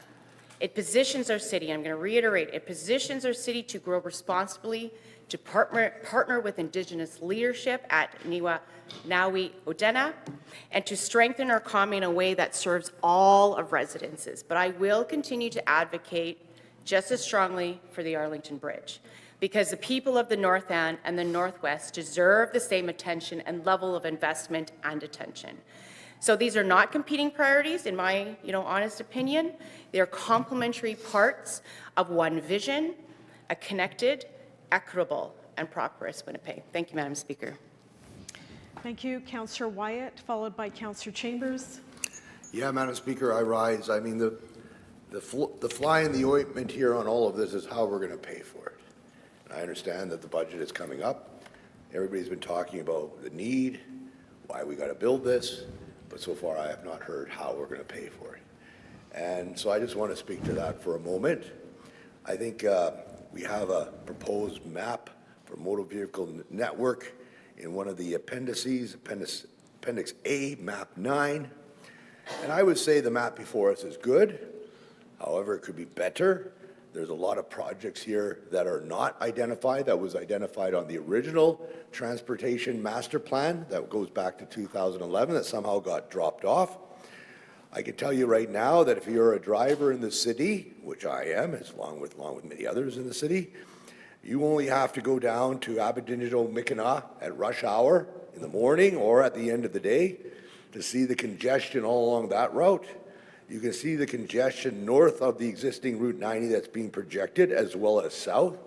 You can see the congestion happening along La Jamodier Boulevard on areas that have not been identified on this map.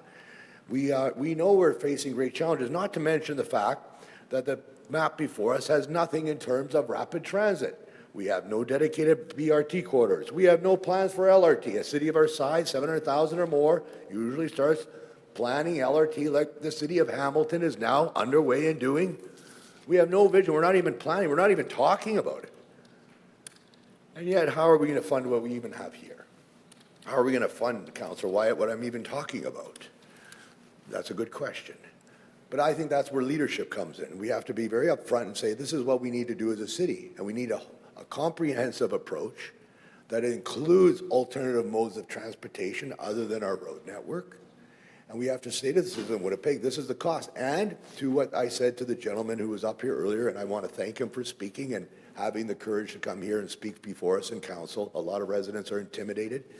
And I think it speaks well when citizens come forward, especially for the first time to speak, that we have to have the courage to say that this is the overall need for the coming years, decades, what have you. And that we have to have the courage to lay all of the projects onto the table, not for political reasons, well, I need this here or I need that there. No, an overall comprehensive approach to the entire city. That we are looking at the city as one network when we have to move for transportation, goods, services, and people. And any city of our size that is balanced, that has a healthy quality of life, that tries to balance the road network with alternative modes of transportation, rapid transit is a key part of that. There's nothing here in this plan for rapid transit that I can see.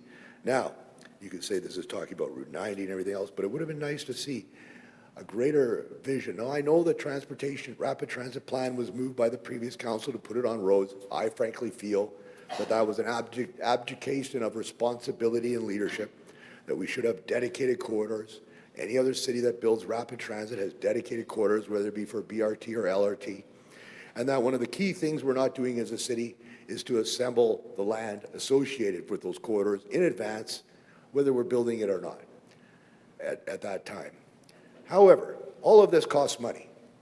And I just put together just a simple projection that if we go on the assumption, which I think is fair, to start as a negotiating position with the federal and provincial governments, as they are now doing across the country from what I understand, where municipalities are pushing the federal government to be at the 50-cent dollar level, the province at the 40-cent or 35-cent dollar level, and the municipalities at the 10 to 15% dollar level.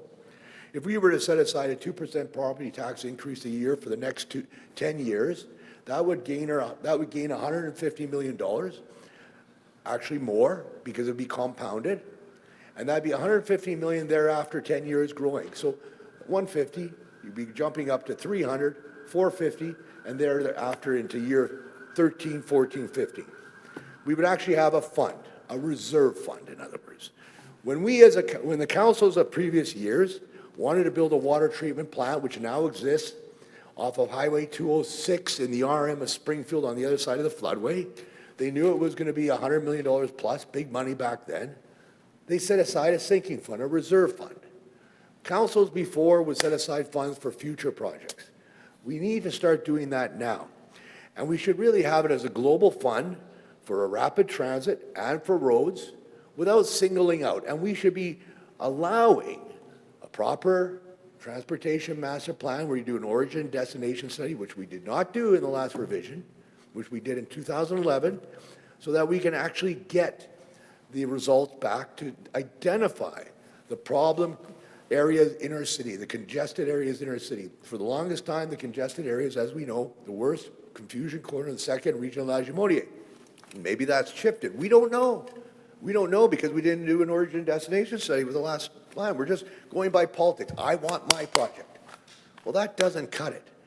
Maybe some of these projects here that are listed here are not the highest priority. Maybe some of the ones that are low priority should be moved to high priority. I can tell you right now that according to our own transportation engineers, Dougal Road, and I'm going to speak with my ward hat on, future consideration beyond 2050. Apparently the province of Manitoba have done their studies. They've done origin and destination studies. They've done it in relation to the perimeter highway.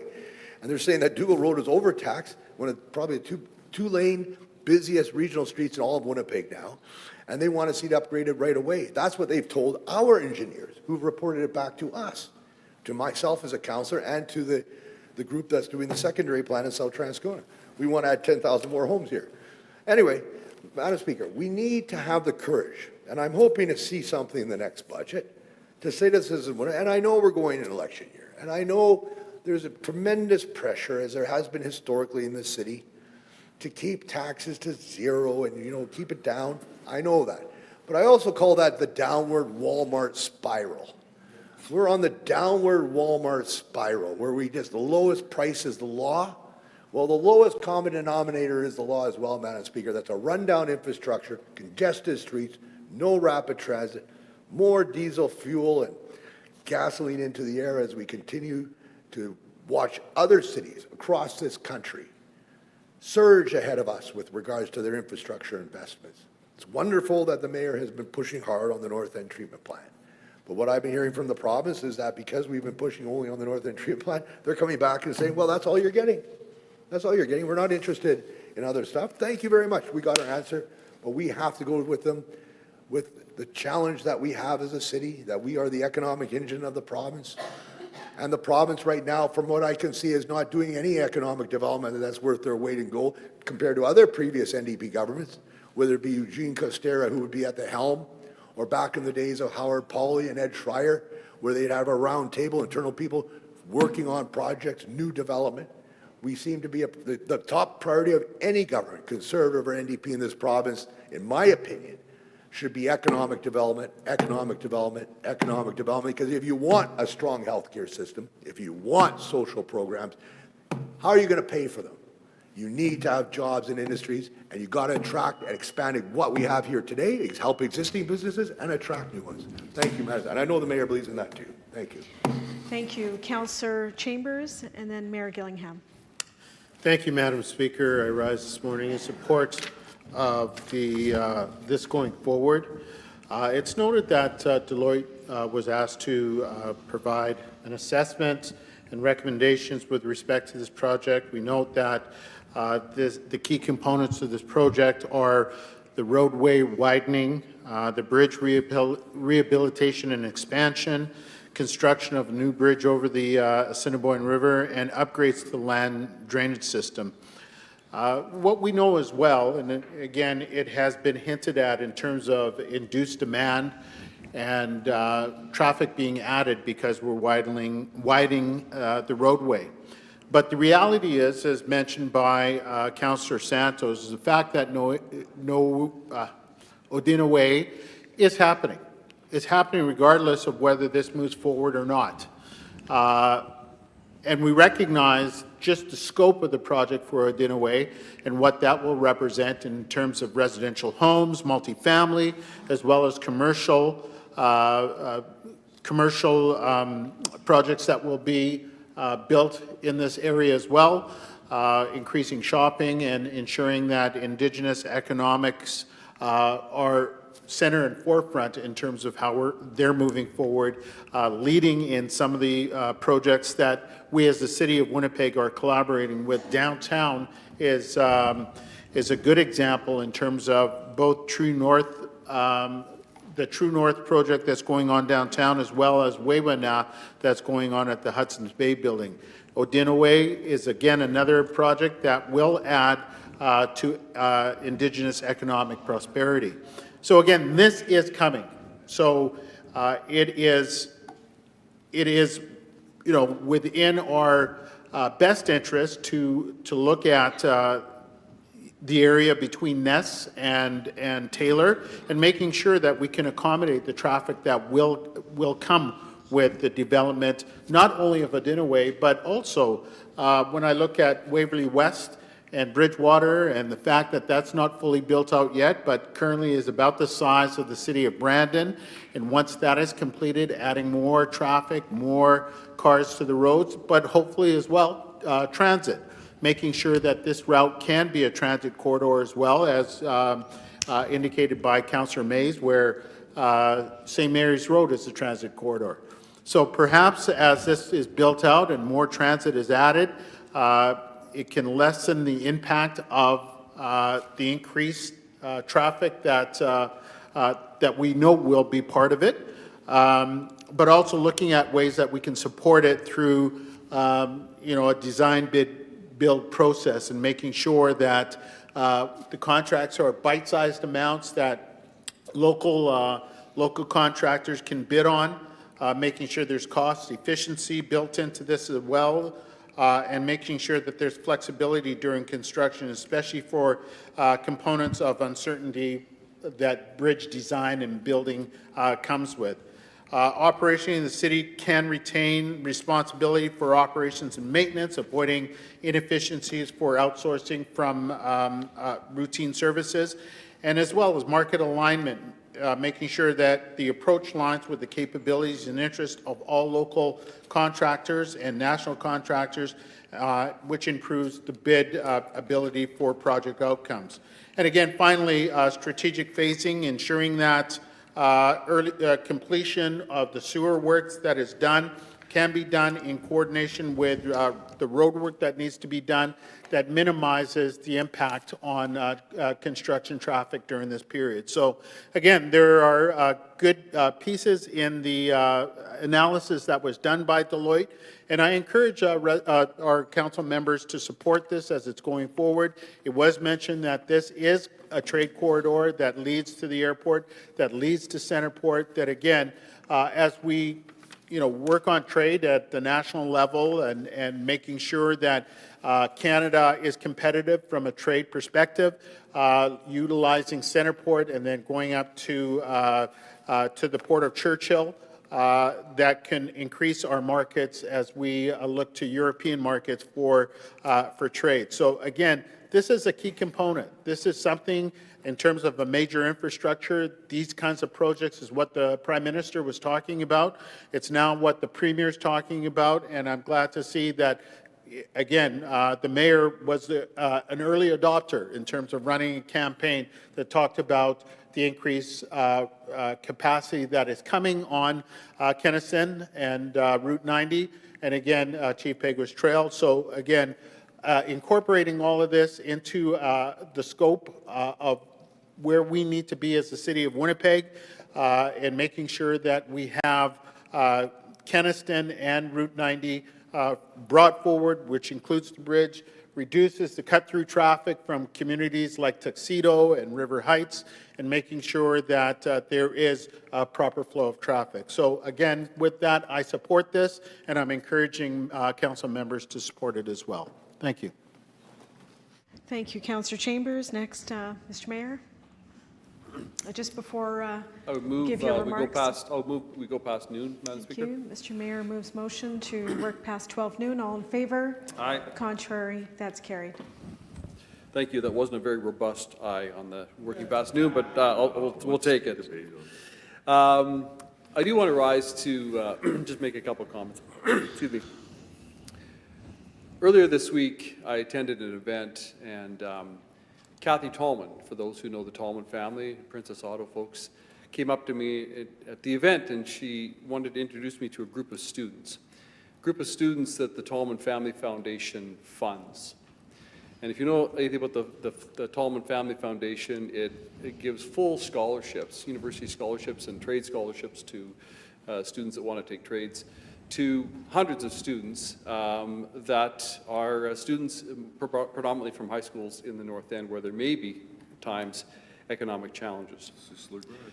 And what was remarkable is I was introduced to a gentleman right now who's now practicing law, thanks to the Tallman Family Foundation. Another one who is a teacher, just finishing up her teaching degree. Another one who is an actuary, and there were several other people there who are now employed in careers that, what they told me, would have been outside of their reach without that investment.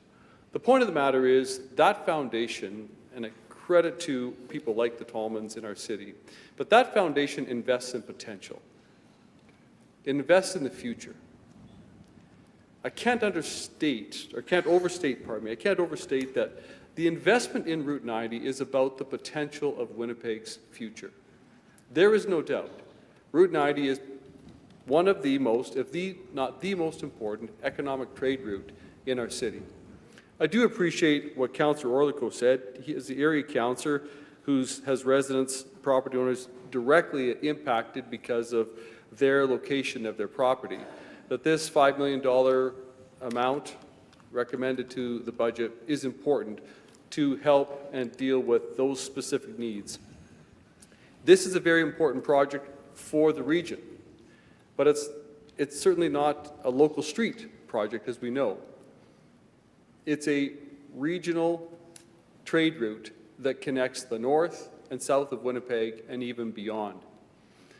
If you look at north part of Winnipeg, I remind everybody that Centerport actually is not just geographically located northwest of the airport entirely. There are several properties for kilometers along the northern part of Route 90 that are part of the Centerport Economic Development Zone. That zone continues to grow. Investment in that area continues to grow, and more jobs are created there as our economy, so much of it now, is moving to that area of the city. The northwest part of Winnipeg, Madam Speaker, you know more than anyone the amount of residential growth that we're seeing in northwest Winnipeg. Councillor Lukes certainly knows the amount of residential growth that we have seen in southwest Winnipeg. And so from residential development to economic development when it comes to jobs and businesses, growth. We see that this route feeds all of that and moves all of that, north and south, every day. Our staff our public works staff says that I think it's 35,000 vehicles is a trigger point to add 3 lanes in either direction. If we just talk about the bridge alone, accommodating over the Assiniboine River, accommodating 78,800 vehicles per day, then we know that that is a choke point. That area, that stretch is a choke point in that trade route. Now let's zero in again a little bit further, specifically to location. I appreciate the comments that Councillor Santos made, raising the critical importance of Nawi-Odina. Nawi-Odina is an exciting project for several reasons. One, we need more housing, and that Nawi-Odina, with Treaty 1 in partnership with Canada Lands Corporation, their plan is for up to 3,100 residential units. That's like adding the town of Carmen to right there in the center of that space. In that, it will densify that area immediately, tucked in, kind of in Tuxedo, right adjacent to River Heights. It'll also add up to 1 million square feet of commercial space. So the amount of traffic, people, items that need to be moved, people that need to be moved in that area will certainly necessitate the expansion of Route 90. But this is, of course, has been said by many people, this project is not just an expansion of a roadway. It adds active transportation. It adds the ability to better accommodate transit. And certainly, it's a CSO project, Combined Sewer Overflow Project, which is important for land drainage and to keep raw, diluted sewage from flowing into the Assiniboine River. And of course, as Councillor Mays has said many times, and rightly so, and reminds us, the CSO master plan work is not just a project that was drawn up by our staff to say it'd be nice if we did this. It's a provincially legislated requirement that we pursue and achieve the CSO master plan. And of course, we have the 2 bridges that need to be replaced because they are aging. Our staff in this report says that if we were only to rehabilitate the bridge, not do the other projects, if we're only going to rehabilitate the bridges, if we chose that path, then 1 bridge would be taken out kind of out of commission for 2 years, and the rest the bridge, the other remaining bridge, would accommodate single-lane traffic in either direction for 2 years, up to 2 years, and then we flip over to the other bridge, which would mean single-lane traffic in that area over that bridges for up to 4 years. Talk about chaos. Talk about grinding the economy that flows there to an absolute halt. And as others have said, what that would do is certainly would push the problem of people trying to use River Heights and Tuxedo as cut-through pathways. It would make it even more problematic and exacerbate the problem that already exists today. But I come back to this final comment. This is an investment in Winnipeg's economic potential. It's an investment in the future. It's why I ran on this project. This is not just, I don't like sitting in traffic. This is about tomorrow's economy. It's about tomorrow's growth. And we need to invest today to unlock the potential revenues and economic growth and health of our city tomorrow. I said it at the outset. I think one of our delegates said it. Every city service we deliver is a service we have to fund. Our primary source of revenue continues to be property taxes. The only way individuals can afford to own property and pay property taxes is if they have income from good-paying jobs. So to me, it's not a matter of chicken egg. Do we put bring forward the services first to attract people, or do we grow our economy to attract people's ability to own property? To me, without a healthy economy, we're not a healthy city. So we have to focus on growing our economy. We have to focus on ensuring that this project can get done for the potential of our future. Thank you, Mr. Mayor. Councillor Lukes to close. Thank you very much, Madam Speaker. So we've heard a lot about transportation, housing, and all of the very significant factors related to Route 90. I'm going to say I started on this project probably back in 2005 when we were doing many of those open houses and consultations. We didn't really get into it a lot, but I do want to bring this up that we don't have a north-south corridor for active transportation, and this will provide us with just that, an amazing corridor, an active transportation corridor. And at this point, Kenaston is not identified as a major transit route, but even if it was, 2 lanes would not provide service for a major transit route. I totally believe and feel at some point, and I've been around long enough to see things evolve and change in transportation master plans, in transit plans, to really feel confident that if we had this 3rd lane, at some point, one corridor will be dedicated to transit because of the growth in the south, because of the growth in the northwest, and what is projected for Polo Park area from a housing perspective. So I just wanted to highlight that at no point now, I mean, anyone that takes transit on Route 90, there's no way you're making your schedules because of the congestion and the buildup that comes. And I'm very supportive because of the active transportation and the transit and all of the points that people have made. So with that, I present the report to you to vote on only, and not only, but for $5 million to be considered in the budget. This isn't the vote that supports the funding model because, to Councillor Wyatt's point, this project is not yet funded. I believe former Councillor Chris Lawrence noted that in the past we have made 2 federal applications for this project, but the world was different when those applications were made. And now with basically a lot of economic unrest for many countries and tariffs, we are looking internally to different routes, and I do believe that this project holds much more potential than it ever has held in the past. So with that, I present the report. Thank you, Councillor Lukes. I'll call the question. All in favor? Okay. All in favor, please rise.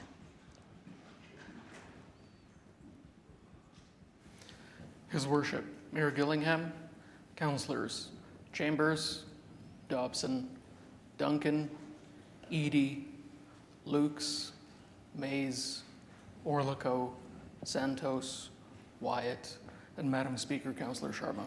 Those opposed, please rise. Councillors Allard, Durand-Wood.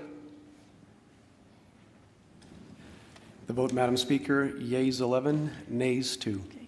Item 2 passes. Next item, Mr. Clerk.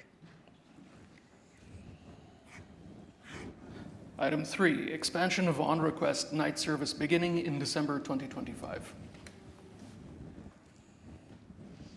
Thank you. Councillor Lukes to introduce the item. All right, well, I'll be short here because everyone wants to break for lunch, I think, but I'll be short. I think this is fantastic. Transit has been listening to residents, has been listening to councillors, and is being responsive to what they're hearing. On this particular item that's in front of us today, it is adding more on-request service into late hours, till 2 in the morning. We heard loud and clear from residents that they need and want later hours. I will refresh your memory if you forget that we did accelerate this plan, and we did say to the public service to keep it within the existing funding envelope. Clearly, we need more funding. We have high-frequency routes, and to get those high-frequency routes, what the public service did was they modified the late-night service. Well, we all know and have heard that we need now late-night, well, we know we need late-night service. So this is an adjustment that Transit has made, and they have the staffing to deliver on it. Essentially, that's what the concept of this report is. I don't know if anyone else has comments they want to offer on it, but that's what's being put forward in front of you right now. Thank you. Any speakers on this item? Councillor Lukes to close. Great, well, fantastic. Lunch will be soon. Again, I just want to reiterate, councillors have the opportunity to have one-on-one meetings with transit. There's no point complaining unless you sit down with transit and work through it. There's been a lot of noise in the media. I encourage councillors to sit down with transit one-on-one and speak to them. They're there to help you. We've organized the monthly transit meetings for EA and staff. I've requested to them that we book further dates other than just waiting to the upcoming date at their convenience or at our convenience to set a calendar of future dates. We've got one coming up that they'll be announcing very shortly in the next 2 weeks. We really appreciate residents giving detailed advice, not just that they hate it, but just to provide detailed advice and recommendations. Transit's going through all of them. I did at the last council meeting send everyone an email, and I will send it to the new councillor on the complexities of transit and how many buses need to be scheduled, how many drivers are available. It's a very, very complex matrix, so we can't turn on a dime when we have requests for change. But that being said, we are seeing a lot of changes that Transit's bringing forward, and today is one of them, which I think is a great recommendation. Thank you. Call the question on item 3. All in favor? Contrary? Carried. Okay, moving on, notice of motion. I think the idea was to keep going for a little bit if we could, if that's the will of council. Pardon me?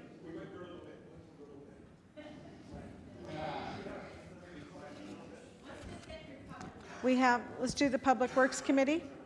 Okay. Okay. So okay, next we have a notice of motion moved by Councillor Rollins and seconded by Councillor Wyatt. Councillor Rollins is away on city business. So is it the will, Councillor Wyatt, to... I'd like to move referral of this matter to committee. Okay. She's not here to do that, so would you like to move layover or... Well, I've been in conversation with the councillor, and she's in support of referral, but... She's the mover, she's not here. I understand. So I'll move, so we'll lay over to the next council meeting? All That's right. correct. I'll move or lay over to the next council meeting then, sir. All in favor? Contrary? Carried. Question period under Public Works. Councillor Mays, Councillor Wyatt. I keep my questions brief. Did Councillor Lukes hear the mayor correctly state the staff policy, the staff recommendation, the staff practice that the trigger point, to use the mayor's term, for expanding to 3 lanes each way is 35,000 cars a day? Thank you. Councillor Lukes? I heard that. Okay. Second question. Did Councillor Lukes hear my earlier quotation of the city documents, the city map, pointing out that St. Mary's Road north of the St. Anne, St. Mary's Junction now experiences 40,000 cars a day? I heard that. Councillor Wyatt, your question for the chair? Yes, thank you. I rise, Madam Speaker. I wish I didn't have to rise to ask this question, which is, well, I think it was on Monday, another incident has occurred where a driver went through tragically a very traumatic experience where a gun was pointed at him. He had no idea what type of gun. It turned out to be a pellet gun, but he honestly, listening to the interview of the ATU, he thought, well, this is it. My day's over. We've now had quite a number of transit drivers quit. We can't say it's all related to the safety issues, but we could probably allude to that. That's a big part of it. What is going to be done? I know that my concern is this. Number one, that the proper services are in place. Apparently the transit, I've talked to Greg, the director, apparently they're just in the process of getting somebody hired now to help them, a psychologist.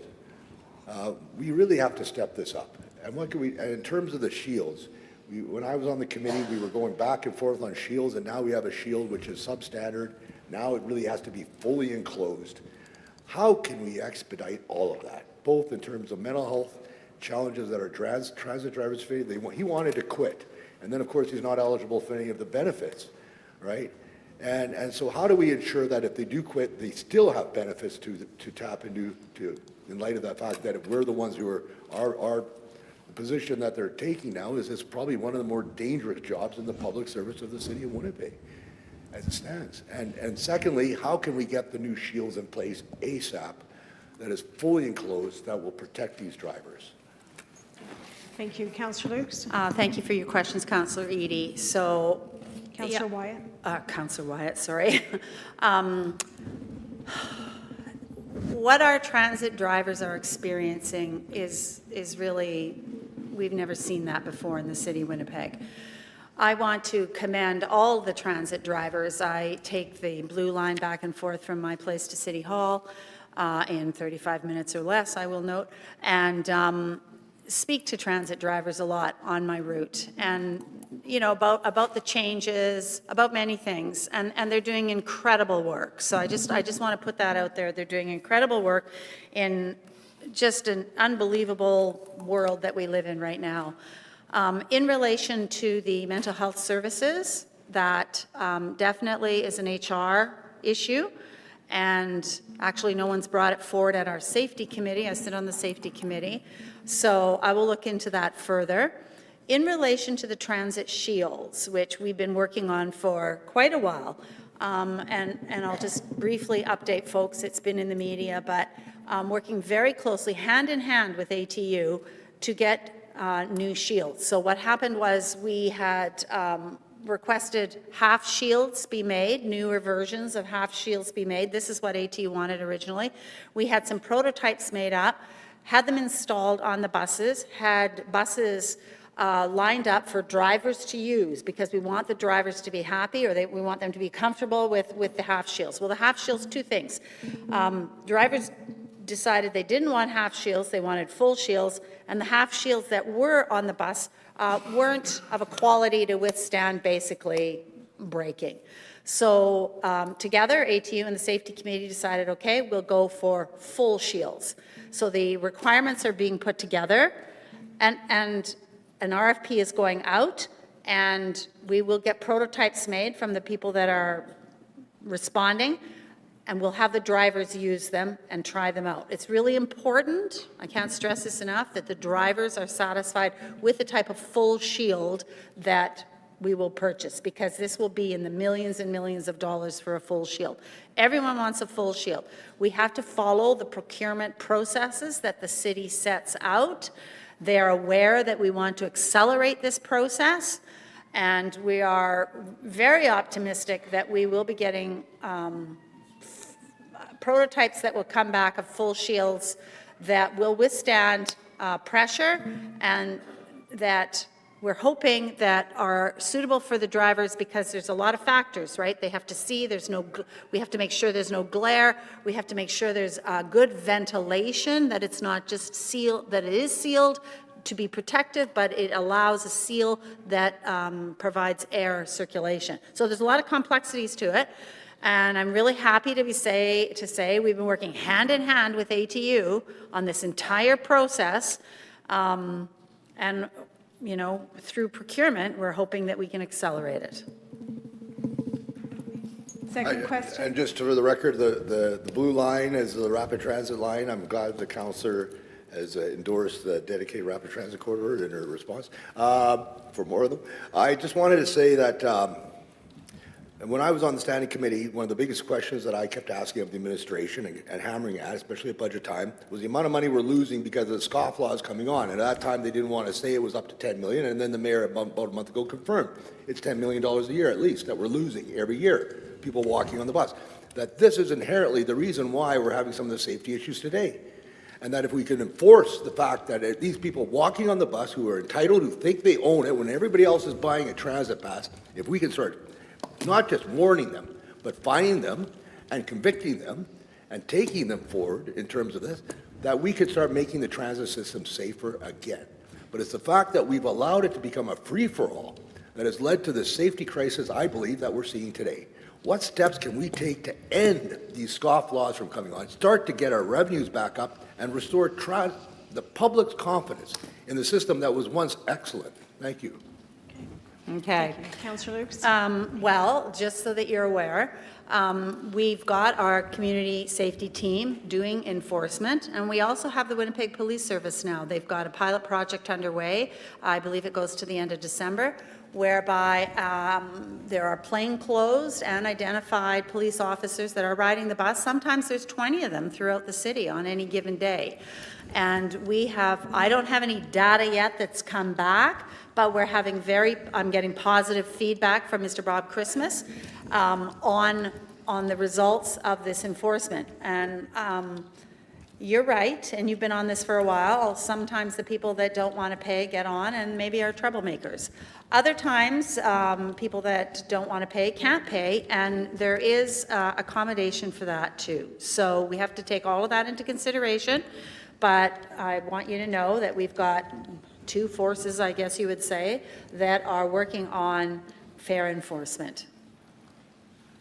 How is that going to be formalized in terms of a report back to this chamber so that we know exactly what kind of resources it's taking, and what success rate it has been, and in terms of steps going forward to ensure that this is not just a one-time off, that we sustain this kind of effort so that we can see the numbers drop in terms of those who are taking advantage of the transit system?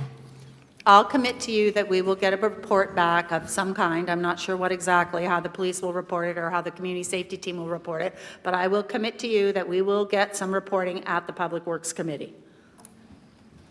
And would that Final question? Would that be forwarded on to the chamber as well? Could that be forwarded on to the council as a whole, not just stopping at the standing committee? It's available at the committee, for sure. So, we could at the committee move it up to council like we have done for other things, but for sure it will be at the committee. I can assure you there'll be a lot of media on it when it does come to committee. And I know you're an avid media person, so we will have it at committee and people will have the opportunity to speak to it. Thank you. Councillor Chambers has the floor. Thank you. Thank you, Madam Speaker, and through you to the committee chair. I note that just recently Calm down, please. I note that just recently there was an announcement with respect to firefighters and the protections that they are provided, similar to that of police, where we've noticed an increase in hostilities towards those first responders. I'm wondering, Madam Speaker, through to the committee chair, whether or not that this has been considered for transit drivers who put their, lives on the line, as we're seeing with the attack of this recent attack, and to mention and bring it back, the bus operator that lost his life a few years back.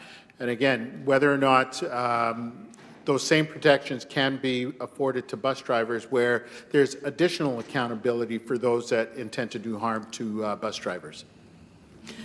That's a good question, Councillor. I do recall that the Fire Paramedics Union was very aggressive on that and bringing it forward.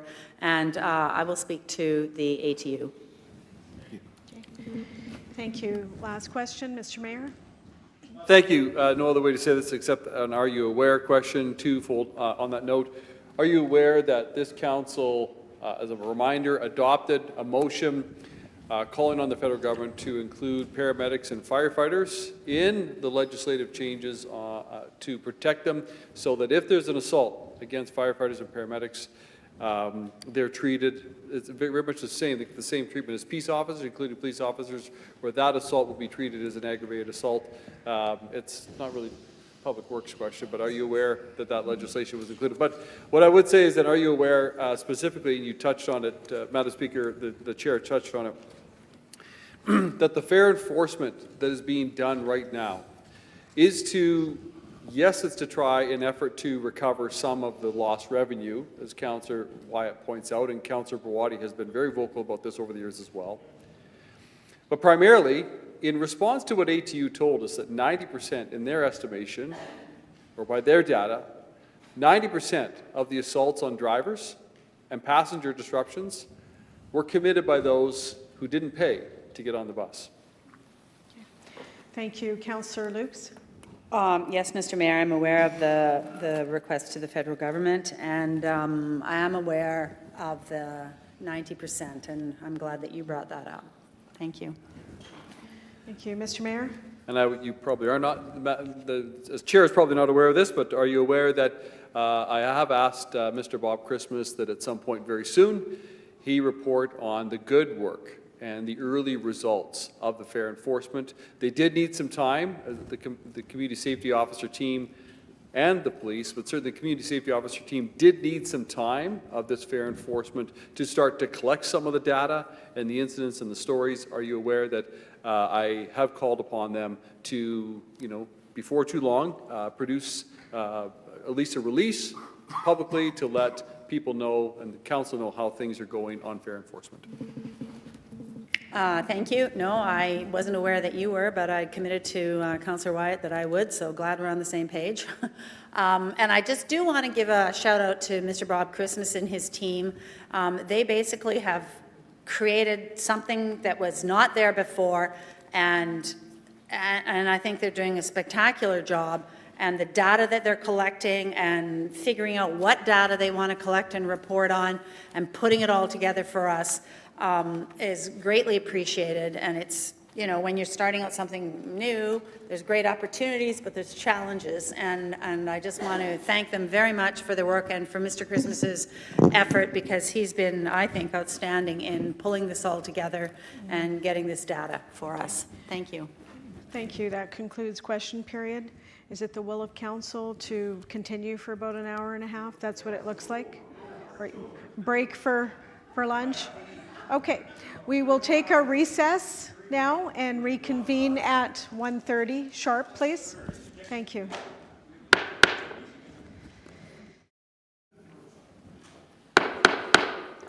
Good afternoon. I'd like to reconvene our council meeting of October 30th, 2025. We're on the report of the Standing Policy Committee on Finance and Economic Development. Councillor Berwadi is currently away on city business. Councillor Lukes, you'll take this committee? Yes, I will. I'd like to introduce the report and move adoption of consent agenda, item number 1. Okay, it's been stood down. Okay. Can I have a point of order? I'm under real time pressure here as we've discussed, so if Councillor White is going to pull this down, I'll need to withdraw my motion that's coming into planning and have Councillor Allard move it, which he has very generously agreed to do. Because What time are you departing? I don't know how long Councillor White's going to speak. I'm departing within, I have a medical appointment as multiply. Yeah, you have an opportunity to recirculate your motion if you wish. Yeah. Yes. I'm expecting a, Well, let him talk. I got to be in the room to withdraw it. I'll move to withdraw it then. I'll Okay. move to withdraw the motion. And if you're not here, the same thing would occur? Councillor Allard's agreed to move the same motion. Okay. I don't need to be here for that. Okay. That's an auto referral. It's not an amendment, it's an auto Okay. We're referral. going to get on to the business of the Finance Committee. If you're not here, Councillor Mays, it will lapse. It's the same as withdrawing it. Oh, So- okay. Okay? Thanks. Thank you. Okay. Okay. Councillor, Mr. Clerk, item 1. Item 1, Entertainment Funding Tax Annual Report 2024. Councillor Lukes, would you like to introduce the item? I'll wait to hear from my councillor colleague. Okay. Councillor Wyatt? Yes, Madam Speaker, I rise because the report seems to lack detail. At one time, this report has been dumbed down, I would say the least. We have a statement in the report saying, and this is the issue of transparency and openness, we have an issue that says that the entertainment tax, excluded from the attachment of the entertainment tax, is refunded to True North, Winnipeg Goldeyes, and Winnipeg Football Club, as these amounts are recorded as an offset to refundable entertainment funding tax revenue, and therefore not part of the net revenues generated. And yet, in the past, we document here that they are paying entertainment tax, and that we do, in the past, have documented in this report, in the annual report, what we are sending back. Now, if you can indicate to me what report will then indicate to this council how much we are, through an agreement with True North, through an agreement with the Goldeyes, through an agreement with the Winnipeg Football Club. What report is actually then going to give us that information, other than the budget, which you have to search through, the public has to search through in appendices, and sometimes it's there, not always. And so I'm disappointed that the report has been reduced and does not indicate the exact refunds. And now, if you recall right, the entertainment tax with regards to the True North Centre was actually negotiated at a time when they were having not the professional hockey league there, but when they were having more of a community facility, a community-run team, the Manitoba Moose. The Manitoba Moose were the basis of the entertainment tax. You have a community-owned football team, the Winnipeg Blue Bombers, and we have a locally owned baseball team. Now, you could argue that the hockey team is also locally owned. I would question that, when David Thompson is probably one of the major investors, if not the owner in actual fact. But, you know, we don't get to see the balance sheet of who owns what over there in terms of that arrangement. But I would like to know, Madam Speaker, how much we are in terms of net revenues. Now, I'm assuming the majority of the net revenues here that we're collecting is $2,167,295. However, we also have here a list of grants attached of $6,717. It's hard to determine what is the net. In other words, out of that, the $13 million in total revenue is the difference between the $2 million, 0.1, and the 13. That difference, is that the actual refund to the facilities? It's saying it is, but then we also have it attached to this, a list of projects or entities we're funding up to $6.7 million. The numbers don't add up. It's very confusing the way the report's written right now. So I would hope that in the future, this report could actually be written in a way that's far more transparent. You know, if folks don't like the fact that it draws attention to the fact we're refunding the entertainment tax to different revenue entities, well, then they could always apply to have not have the entertainment tax refunded to them. And then they wouldn't be flagged in a city report. But that's part of the arrangement we have. It would also be good to know, as part of this, when do those entities, when their contracts or their so-called separate agreements pertaining to long-term arrangements, when it expires. We see True North, Goldeyes, and the Bombers, but I don't see the Bombers here. I don't see the Bombers, and when we have the Goldeyes, and the Bombers are somewhere, but they're not really mentioned, and so it's kind of surprising. So again, we don't know when the Bombers arrangement comes to an end during the season, it's refunded at the end of the season under this arrangement. So again, another piece of the puzzle missing. We have 2 out of the 3 where we know when it's expiring. So again, we used to have a more detailed report. This has been one that has been reduced, and I hope in the future that it could actually say what we're refunding to who, even though it is part of a separate agreement. This is the report, I want to state, the Entertainment Tax Funding Annual Report. And when you have a report saying the Entertainment Tax Funding Annual Report, it should outline all of the assets and all of the liabilities and breaking it down as such. It does not presently do that, so this is not, in my opinion, a real annual report as it stands right now. Thank you. Thank you. Any further speakers on this item? Councillor Lukes, do you wish to close? Yes, I do, actually. So those were my exact questions. I felt that the executive summary in this report was not clear. It was not identifying, when you look at the title of the report, what the funding is. So in the EPC meeting, that's where it came to, or was it finance? I'm trying to remember which committee it was in that I was in, EPC. My question is exactly. I had to decipher it. I couldn't decipher it, and I wanted to understand it clearly. So we did bring this up with the finance people, and they assured us the next one will be more robust. So, excellent. Okay.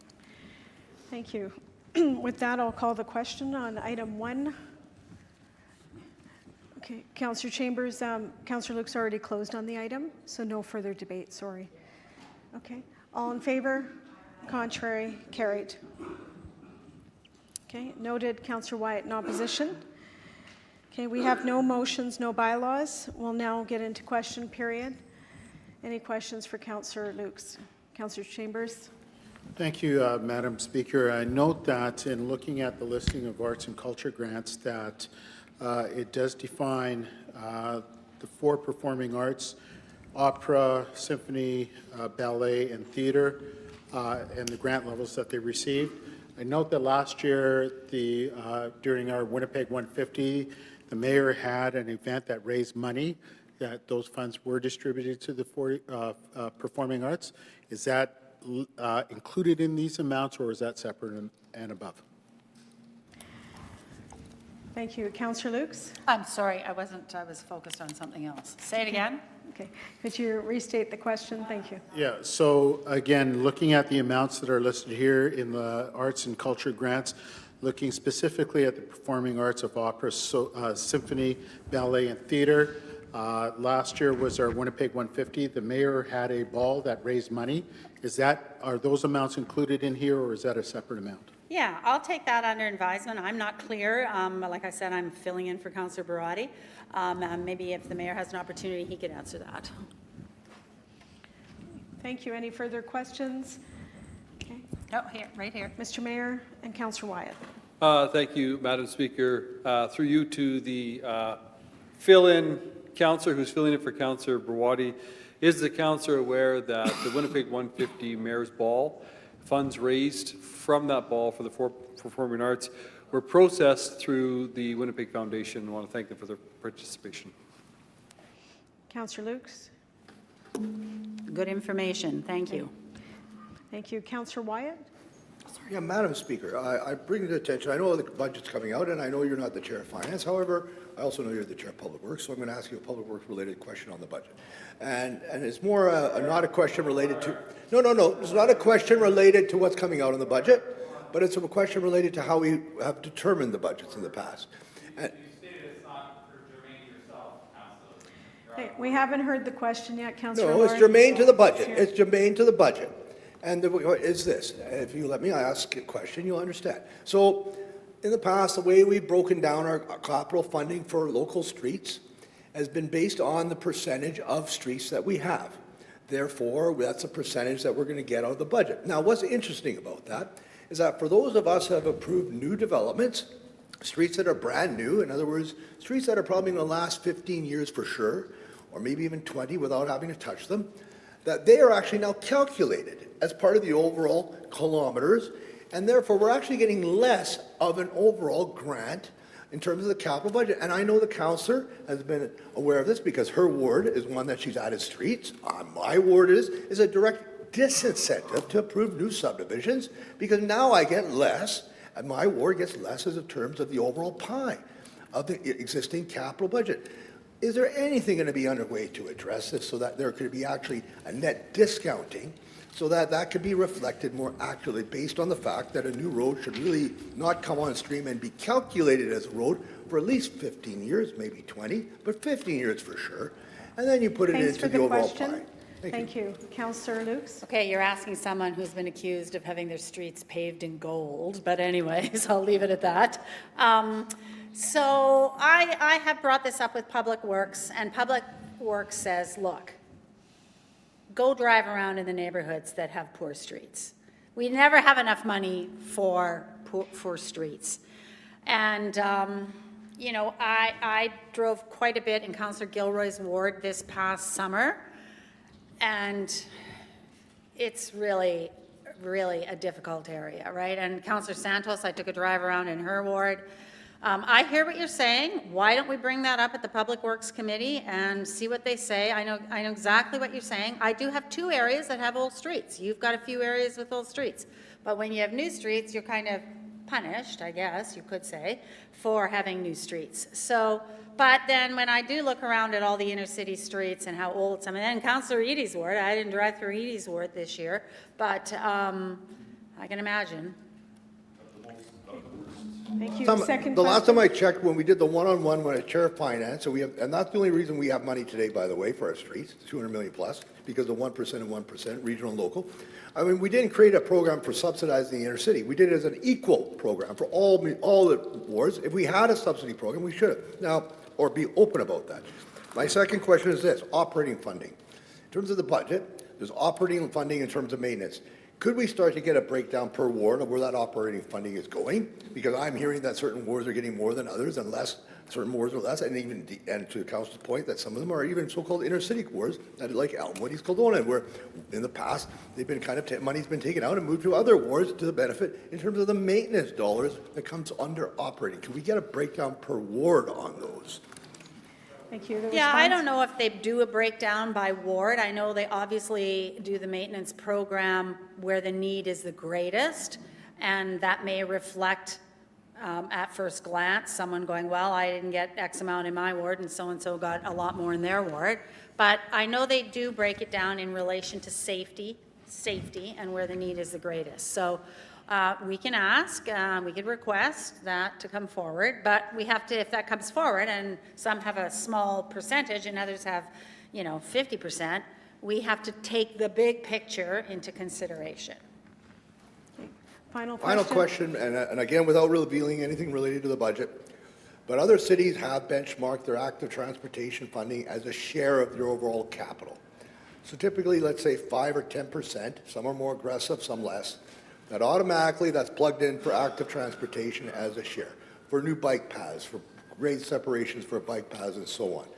Is that something that will be considered in the near future as it is a best practice, let's call it, in other municipalities and jurisdictions to ensure that both in terms of maintenance dollars of existing AT, but also new capital for new construction for AT is included as a sustainable funding source as the one-on-one, as we've sustained it, thank God, continues to go up? Thank you. The response? Yeah, so I'm sure they could consider it. Like if you look at the 6-year budget right now, we are investing more than we've ever invested in active transportation, and that's just the active transportation budget. Now with our new policy, the cycling and pedestrian policy, it looks at, well, and the old one did too, anytime there's road renewals, that the lens is put on that. So that is an opportunity, that is a possibility that we could do that, for sure. Many of us here, this is the council most has supported active transportation, so, we have an allotment of money and we have to allocate it accordingly. Thank you. That ends question period under this committee. Okay, next round, Councillor Wyatt. Councillor Lukes, as you know, you have a major facility that has been budgeted for. I'm assuming that the Southwest facility is still going to be budgeted for coming up in the budget and the other rec facilities that we're contemplating. The question is, the rec facilities are in the budget in the past and projected out. Is it fair to say that they'll still be accounted for in the upcoming budget? Oh, I can't say right now. You have to wait till budget reveal. Good question. I know, it's a gotcha. Thank you. Second question. And as we wait for the procurement of these facilities, the price keeps going up and up and up.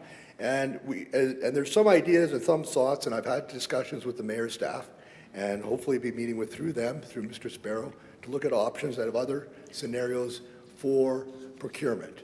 And is that something that you would, hopefully, as Chair of Public Works and representing the Finance Chair, would be something that you'd be open to? Well, I'm always open to anything that makes things go smoother, faster, and better. And when you say different ways of procurement, I would be open to that. We have to go through the procurement department. But I will say, I've been here for 10 years. It's taken 10 years, and we're going to flip the sod this spring, hopefully. But we received funding from the federal government at least 3 years ago, and that's just killing me, right? And we all had to vote to add more to it due to costs. So anything we can do to get these larger projects out the door sooner is good. Thank you. Final question. My final question is pertaining again to the roads and the infrastructure side of the budget. That when it comes to in the past, we used to have input as councillors. We used to be able to sit down with Aubrey Hope, who was here, and have input into what our next local streets would be in terms of the budget. And that was taken away some time ago. I don't know when. It was not when I left here. And that was something that was really appreciated by councillors who were not at the table. But now we are engineers who say to us, no, we're going to decide. It really doesn't matter. You throw a dart, and sometimes it's just the noise level you're getting in the neighborhood. Well, let's move that street, right? Or there's an issue with regards to a local church or or disability. Is there a possibility? Can we get individual members of council again having the ability to have input into what their coming streets are, because of local streets? Because that was something that was a given before for many years in a row. Well, we do have the opportunity, when they give us the list, they say, here, this is the list we're thinking of, do you agree with it or not? And what the Public Works Department is doing now, and this is, they've done all the streets, they have a new software system that they're going through all of the streets, they've done all of the streets, they've done all of the sidewalk. In the past, it was a visual look to see what needed work done. Now they've got software, they're computerizing it more, and doing a better analysis on it. So I hear what you're saying, but I also hear what they're saying, that if one road is rotting and failing sooner than maybe you want that one done, what's the best decision to make? Is it not the better decision to make fix the road that is in the worst condition versus the noisiest residents on the street? Okay, thank you. Councillor Eady, finance question for the chair. Yes, Madam Speaker, it's simply, did you know that over the time that Councillor Wyatt did establish the road, local and the regional road funds, along with council who voted to do so, did you know that in order to get better contracts, cheaper contracts, so they could do more roads, is they group streets for renewal in various neighborhoods? First, they divide up how much, what percentage of the budget for local roads. Question, Councillor Eady. Did you know? I'm just explaining the process. People seem not to know, and I'm just letting you know what it. So simply, did you know that this is what they do, and that they group different streets in neighborhoods so that we get cheaper prices on local roads. So when I asked to have Enniskillen done from Powers to McGregor, first Water and Waste says, oh no, we might be separating sewers, we're not going to do it, so we don't do it. And then you find out later, but the point is that they're moved into another neighborhood because they're trying to spread fixing roads in each neighborhood. They can't fix them all because the budget is nowhere big enough and there's not enough construction companies to do all the work. So what ends up happening is they're grouping them together. So did you know that that's how they decide? And the councillors' input into that has been limited now because of that, and because we moved to an local industrial road program, which basically took money out of Mynarski's regular street local road renewals. Thank you. Yes, I did know that, and I think that started about two to 3 years ago, where they were bundling the packages that were going out for tender. And this is a did you know, but maybe it's not the time for a did you know, but also we've been working very hard to get the projects out the door much sooner. So we've looked at the procurement process, we've worked with the consultants, and we're getting road projects out the door much sooner so people can bid on them and get to work earlier. This year, we've had a little bit of a glitch on one project. You'll be hearing about it, I'm sure. But overall, projects are getting out the door much sooner, and bundling them has been part of the reason why we can do that. Okay, thank you. Next committee is the Standing Policy Committee on Property and Development. Councillor Duncan, the report dated October 9th. Yes, I believe there's a motion as well. Yes, there is an amending motion with item 11.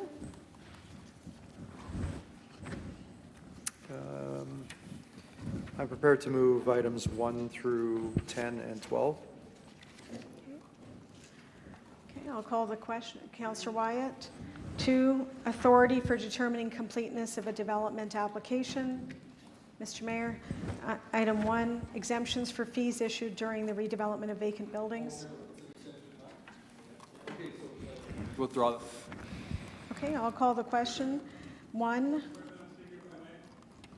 The point of to the clerks, just to make sure the record's clear. There is an item, but I don't believe in conflict of interest, because it's in my area where the cabin is, but I have no relation to the land. It's far away. Can I be safe to say that I can vote on that matter? That's not, I think it's fine. Yeah. it's not your Okay, property. good. Just to make sure I don't get Do somebody. you want to err on the side of caution? Probably do, actually. Yeah, maybe just be safe. Yeah, I'd like to sure. recuse If you myself wanna for err- item, What number is that? that'd be number 3. Number 3? Thanks, Lark, Cal, Lark. We'll pull. Just in case, right? We can, we're going to call that one first, Mr. Clerk? It appears we're doing that, okay. We'll deal with item 3 first. Mr. Clerk? Declaration, go ahead.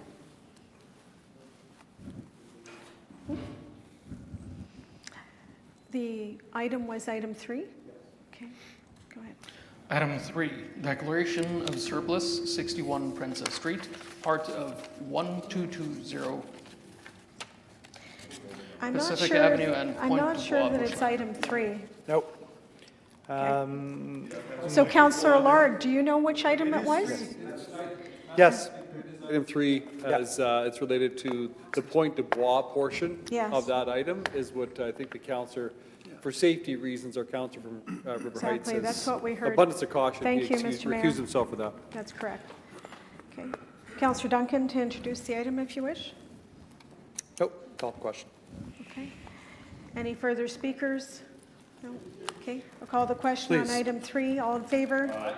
Contrary? Carried. Okay, just give Councillor Orlico a chance to come back. Okay. Okay.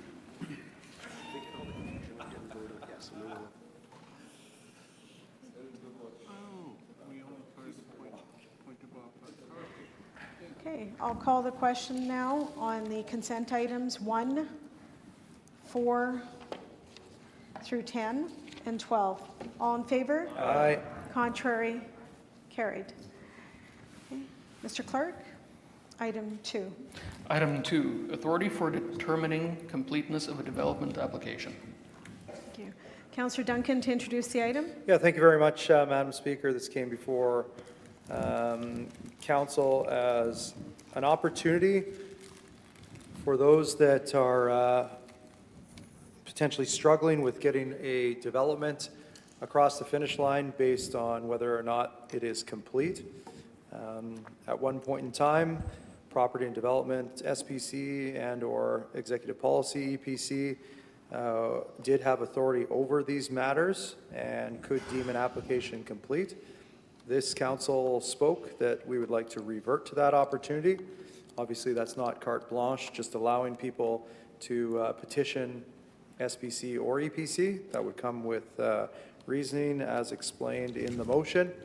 From my standpoint as chair of this committee, I've made it clear to the department that this is the direction we are going, and council is supreme on this. So with that, I'll hear from my council colleagues. Thank you. This was stood down by Councillor Wyatt. Go ahead. Yes, Madam Speaker, I rise. I want to thank the councillor for leading this effort, and I'm disappointed that the public service has asked for another 30 days extension of time since they already had a previous extension of time. But nonetheless, I'm hoping that this will be coming forward shortly and that we will have this dealt with. It's interesting to see in the news today that it took 2 years, but the Canoe government has released the findings of a review of the Palliser era planning legislation with regards to the municipal board. All of that, this matter here was part of that legislation. What is determined as a clock to start ticking on a development application. And actually, it's in the legislation that it's very specific on how much time is allowed or not allowed. And so we've been running into a situation where, let's just say, I won't say the game's being played administratively, I'll term it as something more productive and less controversial, I suppose, more in terms of subjectiveness being applied to applications for development to determine them complete or incomplete. And this has caused nothing but delays. And what I find also frustrating, and I think a number of members of council could share this, who are very familiar with hearing development applications at community committee, is that we have a very specific time frame. We're only allowed two layovers, 3 meetings to hear an application. We're not allowed to say, well, you know, we didn't hear this at a meeting, we didn't hear this delegation. I grant that we get 3 layovers. We don't have the ability to make up the rules on the fly. So in other words, we need to ensure that the public service has a very clear checklist, or if you like, dashboard, that these are the things that are needed for a development application to meet the requirement, one that does not shift and change constantly, and one that is very much shared with everybody, whether they be a small applicant or a large applicant for development, and that it's that the playing field is, in other words, kept even, and that applications are therefore dealt with as soon as possible administratively. And I'm hoping that politically we don't have to wade in and have to overrule the public service. This is something that should be automatically done by the public service with a clear dashboard of what qualifies as a completed development application. And, you know, I guess the only fault of the Palliser government was that they did not include that as one of their recommendations in the legislation, to be very specific. Unfortunately, it just said once the development application is completed, this is how many days it has to get to public hearing, giving a specific amount of time for the public service to process it.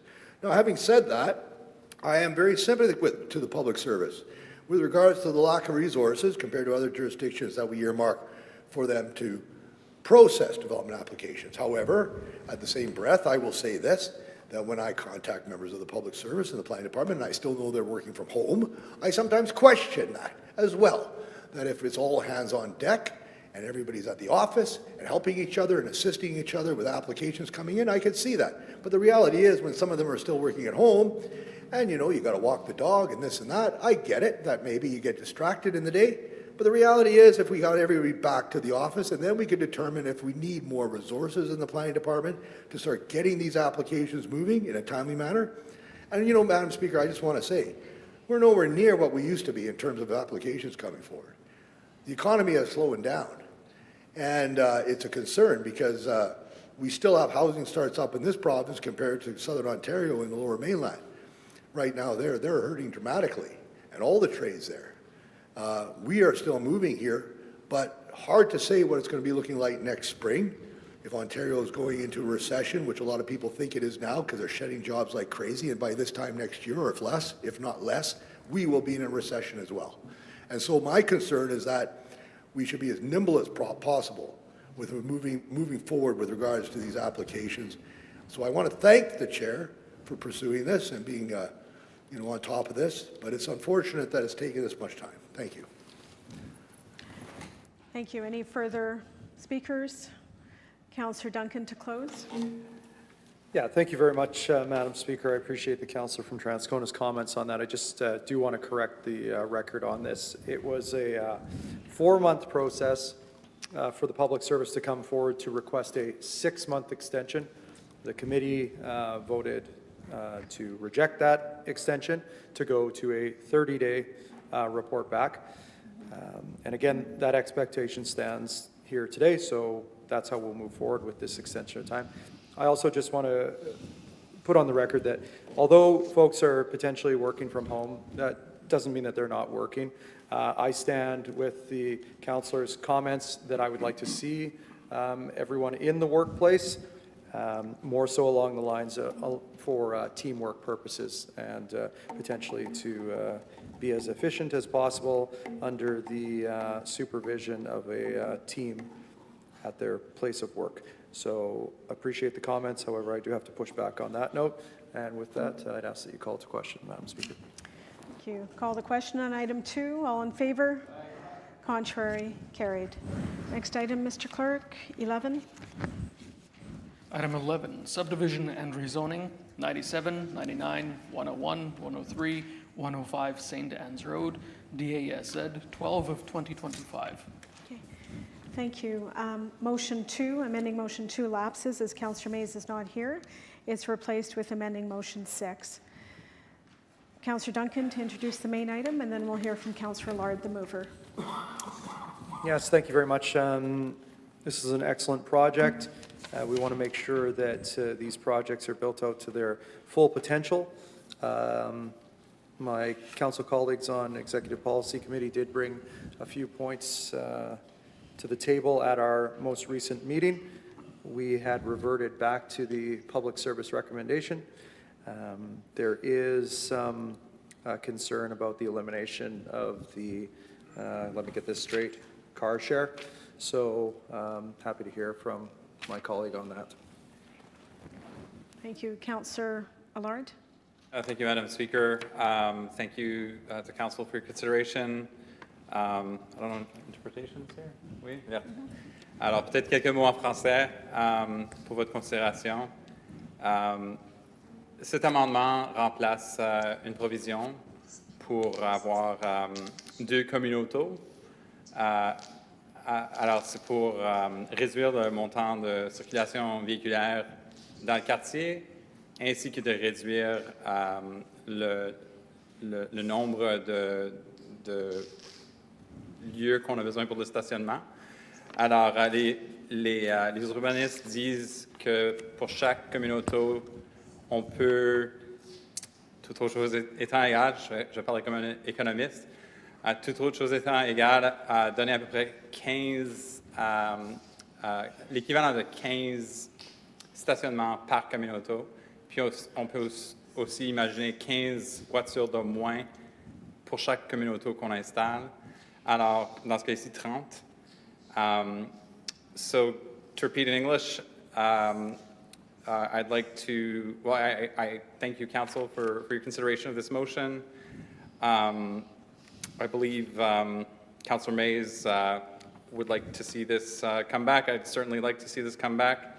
And it's for the provision of 2 car shares. Heard the hearing, and the people who presented were concerned about parking and traffic. And I understand from the planners, and I'm adding the caveat that the star the economists put on every one of their comments, all things being equal, that for every car share, you can account for about 15, a reduction of 15 parking stalls. So in this case, 2 car shares is 30. And then you can imagine that many less trips as well in terms of cars coming in and out. You have 1 car being used by many people. Most cars are parked for 90% of the time. It's an obvious place where we can be more efficient as a city, as a society, and in terms of our land use planning. And I had the opportunity to speak to former city planner in Vancouver, Brent Dedarian. He's kind of famous on Twitter in planning circles. And he said, he told me, keep your parking minimums, because then you can build the best car share system in the country like we have here. And so I think this is the flip to the argument on the don't have parking minimums argument, which I've had a few times on council.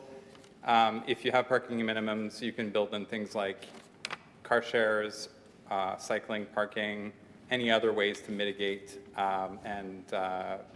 mitigate the impact of cars on property and the neighboring environment. So that's why I'm moving this motion, and I hope you can support it. Thank you. Councillor Wyatt. Speaker, I'm going to rise to oppose the amendment. This has gotten out of control. You know, Madam Speaker, we did a development standard review. This chamber approved it about 2 years ago, I want to say. The administration led it. We did put on developers and obligations that were something new. We made them responsible for bus stops we never did before, formalized playgrounds, all sorts of things. Now, all of a sudden, we're throwing on car shares. Now, I know that the councillor is not the first to do this. I know Councillor Jabassi was somebody quick to do this. But it started out with projects, Madam Speaker, that were usually quite large. 100 units or more, a car share spot be provided. We now have a project before us with 45 residential units being targeted with a 2-car share vehicle spot. This is expensive. If anybody knows what this costs for a permanent car share provision, this is not cheap. Now, I happen to know of another application in my ward that went for a variance before a committee that the councillor sits on, where he mandated that they put one car share for 16 units. Like, where is it going to end? We are putting costs onto these. And the cost, by the way, if just so everybody knows who all's in favor of affordable housing and affordable rents, the property owner passes it on right to the tenant. You're actually driving up the cost of the units to rent and to be in those units. Yes, you are. And so the fact of the matter is, this is being ad hocly done. Some councillors, it's their pet project, and I get it. But if it is a need, we should have a standard, and the standard should be adopted, and it should be fair. And it should be citywide. And in some cases, my understanding is Red River, River City Co-op is not everywhere in the city. In some cases, they don't want to be everywhere right now in the city. They're concentrating in certain areas. So they actually have to go buy their own car and then somehow administer their own car share company. Well, how are they going to do that? And then I had the other question, how are we going to enforce this? We have a hard enough time, Madam Speaker, enforcing landscape provisions and elevations on buildings when we approve them to make sure they put in the proper trees and shrubs that we approve at community committee at plan approval, never mind this car share stuff. No, Madam Speaker, this has gone too far. We have to reel this back. We have to set a policy. If this is a priority of this council, I encourage the council to move a motion to make car shares amended to the development standards agreement that we have as a council and bring it forward as a policy, not ad hoc stuff where we're putting one on a poor guy who's got 16 units. Now he's got to go out and buy a car, put it on there, and somehow operate a car share. Madam Speaker, you know, it doesn't make any sense. Or maybe it's an area car share charge based on the entire area that there shouldn't be car shares there. Why can't I now start doing, you know, Madam Speaker, the sky's the limit. The sky's the limit. I can now mandate green charging stations, electric charging stations, and everyone coming forward. Why don't we add that one too?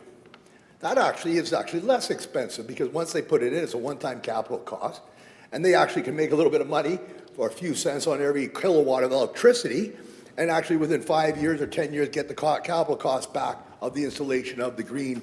And, you know, and some developers, as you know, Madam Speaker, in your area, off of Mandalay, one developer did do that, working with you to put the electric charging station in your ward, Madam Speaker. And, you know, it makes sense. They will do it if they wish to. But at the same time, we can encourage that. But we're having this ad hoc thing happening with, Madam Speaker, not subject to a secondary plan, not subject to Plan Winnipeg, not subject to the Plan Development Standards Report. Councillors are adding their own little things outside of the typical things that we require of a development like this. Plan approval, we consider elevations. Elevations are the size of the building, the colors. We consider parking. We consider landscaping. We consider egress and egress to ensure it's safe. We ensure that there's handicap availability and handicap parking, guest parking. We ensure that there's enough bike parking. Now, I've also heard that now there's a requirement, some councillors, I won't say who, are requiring that there also be indoor parking for bicycles on small buildings that are going up. Well, that's great. Who's doing that, Councilor? Well, I will not name names, but anyway, and, you know, I'm all in favor of it, Madam Speaker. I'm in favor. I've advocated for, you know, one bike stall per parking lot, per parking stall by having a loop in front of each parking stall, and we've driven up bike parking, not enclosed, not indoors, which is ideal, I get, but some projects are smaller, and they can't accommodate it as easily, like a 16-unit housing development like was heard at recent appeals meeting. This is a little bit bigger, it's 45 units, maybe they can accommodate that, I don't know. But there has to be a standard to this, Madam Speaker. But anyway, coming back, plan approval is very straightforward. We include signage, elevations, landscaping, planting, parking, garbage. That's what we've been including over and over and over again. And now everybody's adding to it. And you know, Madam Speaker, I think there are ways we can work with the area developers and builders. Sometimes they are prepared to do a bit more of a sidewalk or a bit more of a bike path in relation to their project. And we do speak to them about that, and they are open to that. That's fine. And I'm not too sure pertaining to this application, maybe the councillor could shed some light on it, maybe in the public hearing, which I was not a party to, the applicant did indicate he's prepared to do this. But I'm concerned because this is talking about 2 of the parking stalls be reserved for car share vehicles. And I'm assuming that the obligation was put on him in the application for the car share requirement. And so this is a concern I have, so I won't support this. And I hope this is something that can be addressed soon and something that maybe the chair of P&D could take it upon himself because, you know, we are in favor of car share, but we also have to be fair, depending on the size and scale of every project, that we're not creating more red tape and costs when we're trying to keep costs down to deliver multiple family housing in the city of Winnipeg at a price that people can afford in terms of living in such facilities, such new projects that are coming up. Thank you, Madam Speaker. Thank you. Councillor Lukes? I guess, Madam Speaker, I just want to make a comment on the car shares. Back in, I think it was 2015, when I was on the Real Community Committee, Councillor Allard brought a motion forward for the city to determine how many cars per unit would be acceptable. Well, there was no date on that, and it just kind of disappeared. So then I resurrected the motion because I was having a very large debate over, and this is very important when you're building parkades, how many parkade spots you have at the cost of a parkade spot, underground parkade spot, how many, when you have a car share, how many spots is it? Is it 16? Is it 15? I've had, sometimes it's 7. So the city doesn't really have, they said, oh, well, we'll do this in our bylaw review. So it's still kind of a roll of the dice, right? But I guess my question is a point of clarification. When I read the report, and I don't know if, and I hate doing this stuff on the fly, but we're doing it. If I could ask the chair, in the report, it says 32 parking spaces, 2 accessible spaces, and 1 car share vehicle. So that's what the public service was recommending. I believe that's what's required to make this project work. It's on St. Anne's, there's lots of buses. So I just want to confirm, is that what, if this is what it takes to make the project work, I'll support the motion. I just want a bit of clarity from the chair. Thank you. Any further speakers? Okay. Councillor Allard, your opportunity to close on the amending motion, if you wish. Yes, so, well, I urge you to support this motion. I think this is the type of motion that, that addresses residents' concerns. I was part of this hearing. I heard residents concerned about parking and traffic. This addresses both. And Councillor Lukes is correct. We've been talking about formalizing car share for years. It is recommended by the public service. I think when the planner responsible for the file believes it to be the right fit, so like case by case, and so that's where we're at because we don't yet have a code for it, though I'd love to see one because then we wouldn't be having this conversation. So please support this and thank you for your consideration. Thank you. Councillor Duncan to close. Interesting. Thank you, Madam Speaker. So when this appeared before Community Committee, there was a change made that said that 2 of the parking stalls be reserved for a car share vehicle and that an agreement with the car share company to provide a car share vehicle be submitted to the director of PPND prior to the issuance of building permit, and that a minimum of 38 vehicle parking stalls be provided.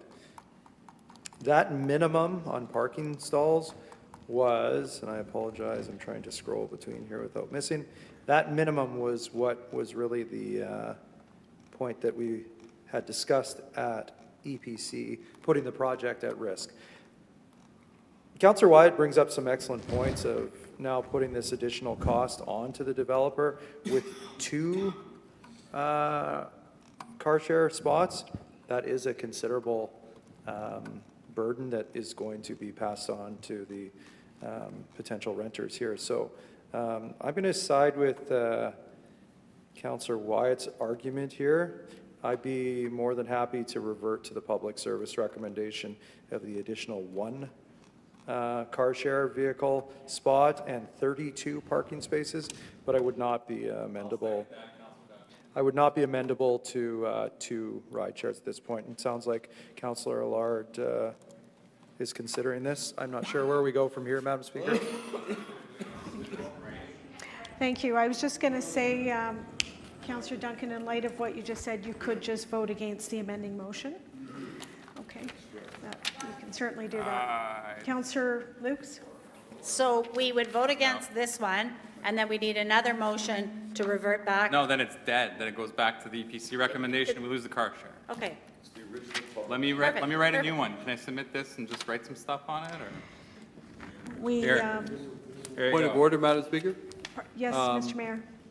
I don't have the motion in front of me. Can the motion just be withdrawn, and that meets the same goal? Or no, because It we've doesn't mean- started well, debate at this point? It could be withdrawn, and then we have in front of us the EPC recommendation, which I is the believe origi- has no Which is the car original share. public service. Okay, good. It has no car share. We have to write a motion? Why? It has no car share, Mr. Clerk, correct? The public service recommendation has no car share? We'll just check that. Okay. Is there any other speakers? Well, Councillor Duncan closed already. We do need to move forward with the meeting. Just one moment.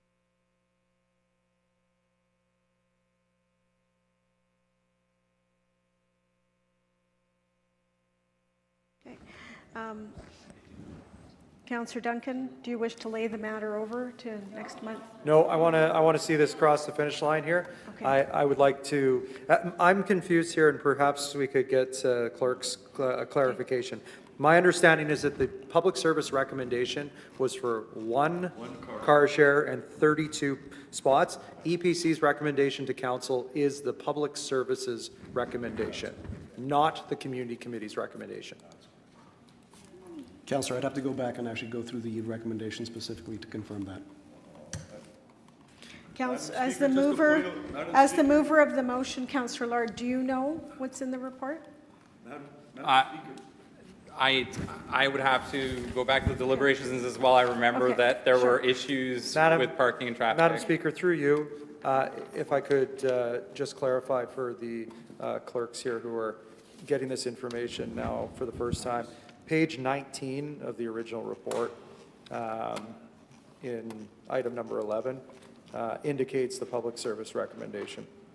And Madam Speaker? Yes. I moved at EPC, we go back to the public service recommendation that did include one car share and more parking spots than the community committee was wanting.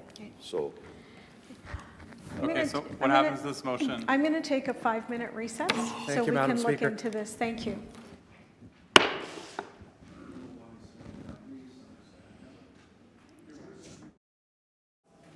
Okay, we're back at our council meeting of October 30th, 2025.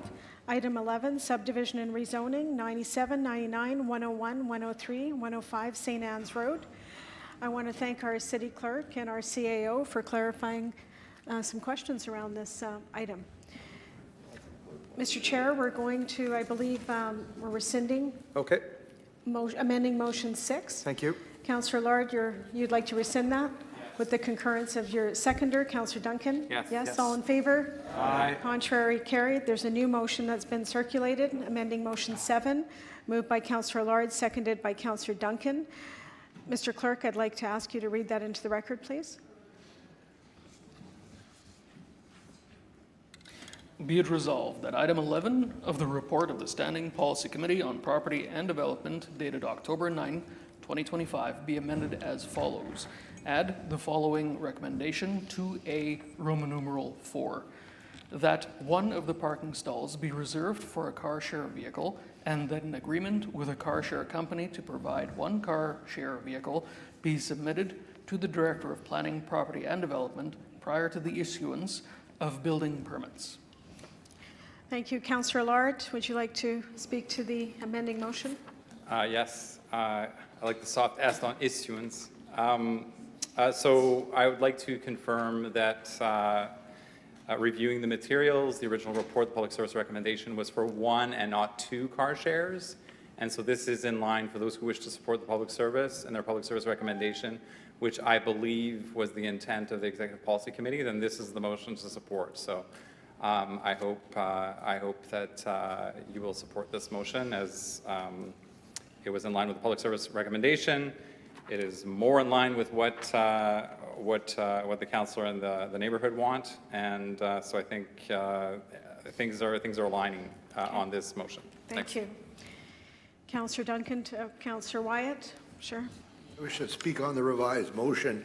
I would prefer if clause 2A4 were struck out completely from the agreement, and that there be no amendment, and that there be no car share requirements on a project of this size and scale until we determine what the appropriate standard should be in any given area and any given development. I mean, I could see a scenario where this could get carried away quite quickly, as it was recently in a variance hearing, where a small 16, 17 unit building was required to have one shared parking stall.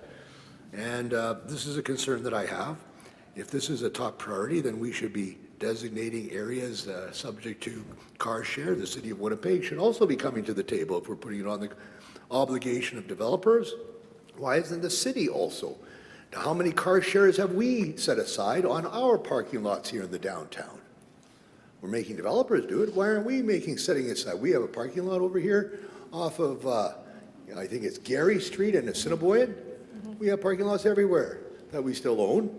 Why isn't the city also in the car share business, but we're doing it on the private sector here once again? And I think, Madam Speaker, that the costs of doing business have gone up. And if anything, if there's a way to make it work, if it is a priority of council, and I'm prepared to say that maybe this should be a priority, I'm not against the concept of car share. I think it's a good idea. I wish it were more citywide, actually. But I want to make sure that it's done fairly and equitably, and that the value for this, we have also as a priority, green vehicles and going electric. Why aren't we requiring green parking stalls, namely electric charging station stalls? To me, that's actually a higher priority than this. Because, and the infrastructure, by the way, I understand that the provincial government is going to be rolling out money for that infrastructure coming up soon. It's something that we can look at and tap into. But nonetheless, I'm really hesitant to kind of do these ones on the fly. Now, we as councillors have pushed back on developers, on new subdivisions specifically, when it comes to parks and open spaces, playgrounds, especially in light of the fact that we have reduced, it's going to be a kind of a question I'm going to be asking of the chair coming up, so I'm giving him a heads up. In terms of land dedication and our policies there, we have lost a lot of once revenue coming back to community committees in terms of parks and recreation and dollars to put back into playgrounds. That, to me, has been a higher priority in my community. And less on the car share side. No, Councillor Lars' area is different, maybe. Maybe this is a higher priority in his area. But nevertheless, he did, as was pointed out by Councillor Lukes, make a motion previously that didn't see the light of day in terms of establishing public policy. I would encourage him to move it again. And maybe that's something we could develop as policy going forward. But until then, this is ad hoc, and I'm very uncomfortable moving either an amendment or supporting the clause as it is right now, of course. Thank you. Thank you. Next speaker, Councillor Chambers. Thank you, Madam Speaker. In looking at all of this and recognizing that I pretty much pass by this area every day on my way to work, St. Anne's is a transit-oriented development is along that corridor there. Noting that there is a new high-rise that was just built probably within the last 2 years, closer to the superstore that is on St. Anne's Road. But perhaps special conditions need to be considered, when doing development along transit corridors. That, again, we don't want to we don't want to open parking, or we need parking restrictions to ensure that there is the flow of traffic going through, especially during morning rush hour traffic. So in this context here, recognizing that it is along a transit corridor, recognizing that traffic from 7:30, 8 o'clock, all the way through till 9:30 needs to be unimpeded, we need to have special considerations to make sure that traffic can get through, yet the residents that are living in those accommodations have adequate parking. So again, looking at parking restrictions for this area. I think it's necessary. But again, because it is a transit corridor, looking at special conditions that could be applicable to make sure that developers know firsthand what they're getting into in terms of development along transit corridors. Thank you, Madam Speaker. Thank you, Councillor Chambers. Next speaker, seeing none. Councillor Lord, do you wish to close? Well, I think things are clear. If you vote for this motion, you're in line with the public service recommendation, which is on the public record, which was not part of the UPC recommendation. So please vote for this if you want to support the public service recommendation. And in terms of doing things ad hoc, I'll be paying attention to what ad hoc items come up from committee at this point going forward, because I know that part of zoning is the flexibility of zoning and the things that you can do to address residents' concerns. And this is doing more than that. It's also in line with public service. So thank you for your consideration. Okay. Thank you. Councillor Duncan, do you wish to close? Thank you, Madam Speaker. I just wanted to thank the public service here today for their assistance in this friendly amendment. Yes, thank you. Okay, with that, I'll call the question on amending motion 7. All in favor? Contrary? It's carried with Councillor Wyatt noted in opposition, and the main item as amended. All in favor? Contrary? Carried. Okay. We'll now move on to bylaws under first reading. Councillor Duncan. Thank you very much. I'll move that the following bylaws be read a first time. Bylaw number 79, 2025. Can I just say the numbers, or do I have to say bylaw in front of it? Numbers are fine. I'm getting the nod of yes. Then I'll list them. Bylaw number 79, 2025, 86, 2025, 87, 2025, 88, 2025, 90, 2025, 91, 2025, 92, 2025, 93, 2025, 97, 2025. All in favor? Aye. Contrary? Carried. Okay, noted. Thank you. Bylaws numbered 79 of 2025, 86 of 2025, 87 of 2025, 88 of 2025, 90 of 2025, 91 of 2025, 92 of 2025, 93 of 2025, and 97 of 2025. Thank you. Councillor Duncan, second and third readings. Thank you, Madam Speaker. I'll move that the following bylaws be read a second time. Bylaw number 135 of 2024, 50 of 2025, and 54 of 2025. All in favor? Aye. Contrary? Carried.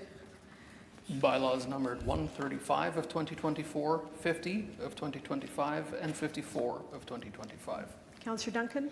Thank you, Madam Speaker. I'll move that bylaws number 135, 2024, 50, 2025, and 54, 2025 be read a third time, and that the same be passed and ordered to be signed and sealed. All in favor? Aye. Contrary? Carried. Councillor Duncan, next section. Thank you, Madam Speaker. I'll move that the following bylaws be read a first time. Bylaw number 85, 2025, and 96, 2025. All in favor? Aye. Contrary? Carried. Bylaws numbered 85 of 2025 and 96 of 2025. Thank you very much. I'll move that the bylaws that are numbered 85, 2025, and 96, 2025 be read a second time. All in favor? Contrary? Carried. Bylaws numbered 85 of 2025 and 96 of 2025. Thank you. Councillor Duncan. Thank you again. And I'll move that Rule 50-2 of the Procedures Bylaw, numbered 50, 2007, be suspended, and that bylaws numbered 85, 2025, and 96, 2025 be read a third time, and the same be passed and ordered to be signed and sealed. All in favor? Contrary? That's carried. We'll now have question period under this committee. Councillor Duncan. Councillor Wyatt, pardon me. Yes, and I just want to preface my question to the chair. Sometimes we get the impression around this chamber that we are in a parliamentary system. We are not in a parliamentary system. The chairs of the committee are chairs of committee. They are not supposed to know everything at every time and everything in terms of a minister of the crown who's expected to know all and see all, whether they actually do so or not. And so I do preface that by asking the question that I do. And if the chair wishes to take it under advisement or has not heard of it, that's fine. And it came, something that came, we make many decisions in this council chamber, and I would want to say a year and a half ago, coming up to 2 years, this chamber did vote, apparently, to revise the calculation of land dedication. Namely, at one time, the land dedication formula was rather simple. It was simply, you take the assessed value of the land today, take the new assessed value based on the subdivision rezoning, that net difference, in the event that a developer or the builder does not contribute 10% or any amount in between 10%, they pay cash in lieu based on 10% of that difference, 10% value of that net increase. Now that formula was wiped out for some reason. At the same time, this is what, yes, I've only learned this too, and I don't fault you, Mr. Chairman, if you're not familiar with this. I've only learned this in the last month or so.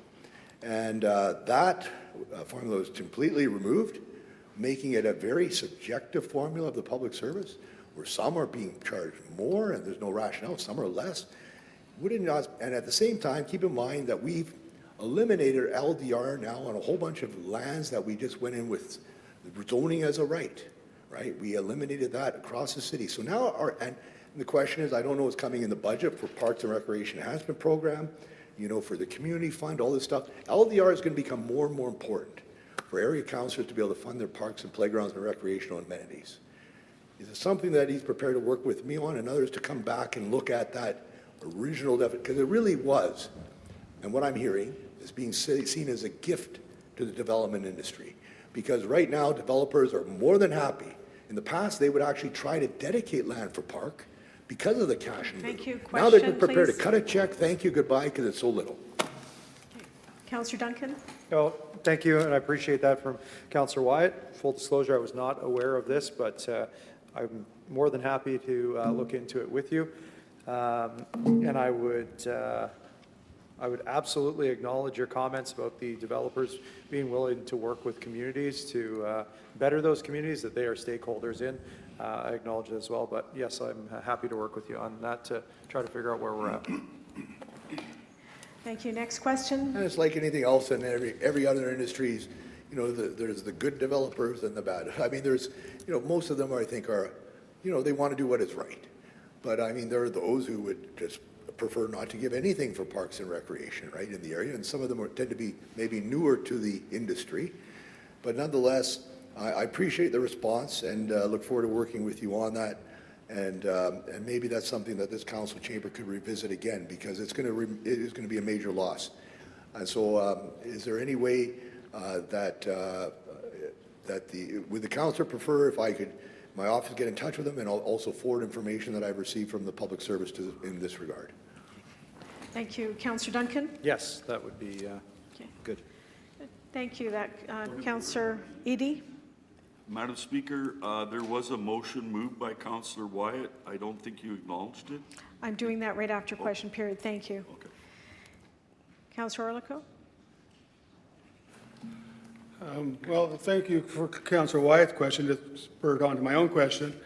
As council voted, 14 of us voted for the Housing Accelerator Fund. There's a lot of funds that come in that we all know impacted our LDR.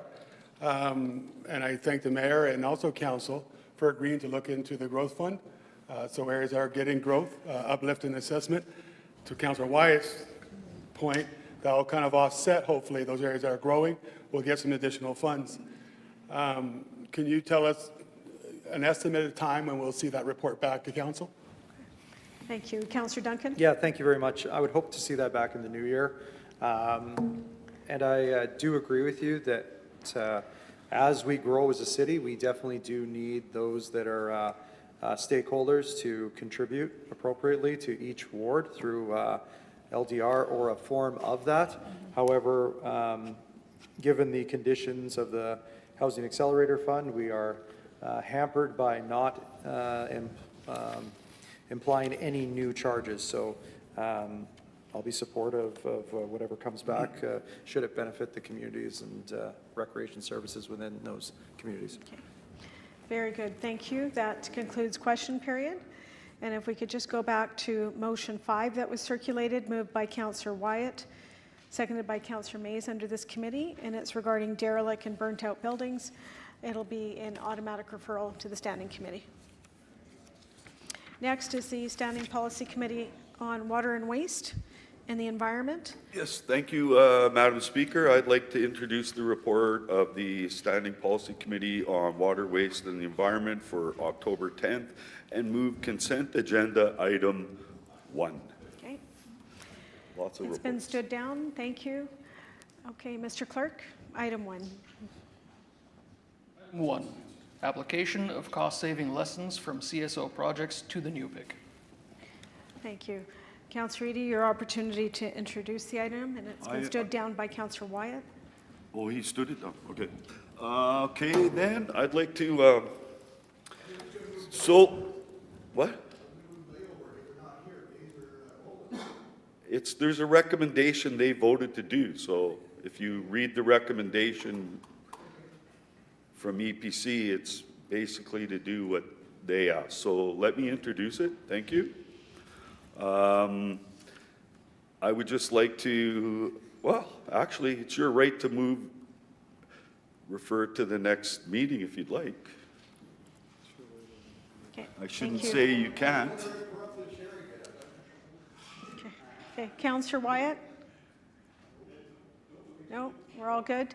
Okay, Councillor Eady? Introduce it. So, You can the close on councillor. it. You can close on it now if you like. Oh, I'm closing. Okay. Well, I'll just close and say that they're right. We should hear from the Chief Construction Officer at Water, Waste and Environment. We have a number of projects that are costing, well, billions of dollars. And, Madam Speaker, essentially, this is calling on, well, technically, there's no real comparison between underground horizontal works and vertical works, but having the Chief Construction Officer come to our committee when the budget for the North End Water Pollution Control Center comes and the capital budget comes, it is essential that the Chief Construction Officer is there to, what did we actually learn from the vertical South End construction upgrades that we did there, because there's lots to be learned, and we can question the Chief Construction Officer there on that end, as well as if there are, but there really aren't any comparisons between the CSO and NUPIC. Thank you. Thank you. With that, I'll call the question on item 1. All in favor? Contrary? Carried. Okay, we'll go right into the next motion. It's motion 3.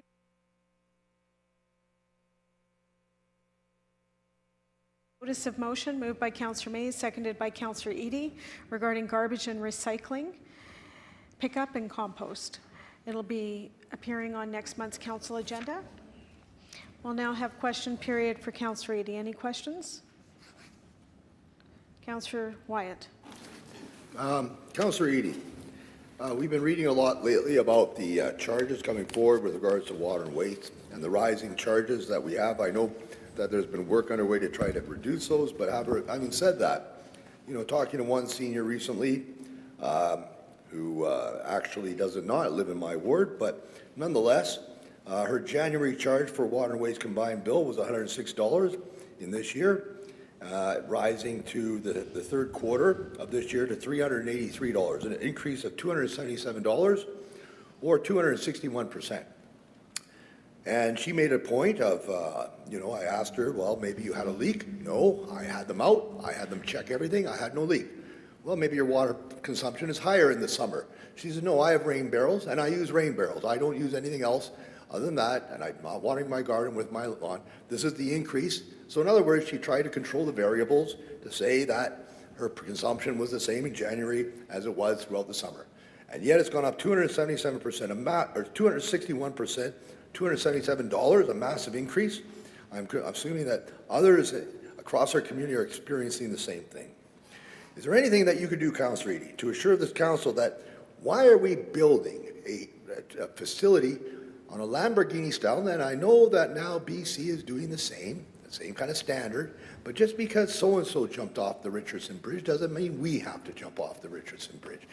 Why can't we reduce the scope with regards to the treatment plant construction that's being projected and work underway so as to do the minimum that's required based on the provincial licensing and not the maximum that will win awards for our engineers?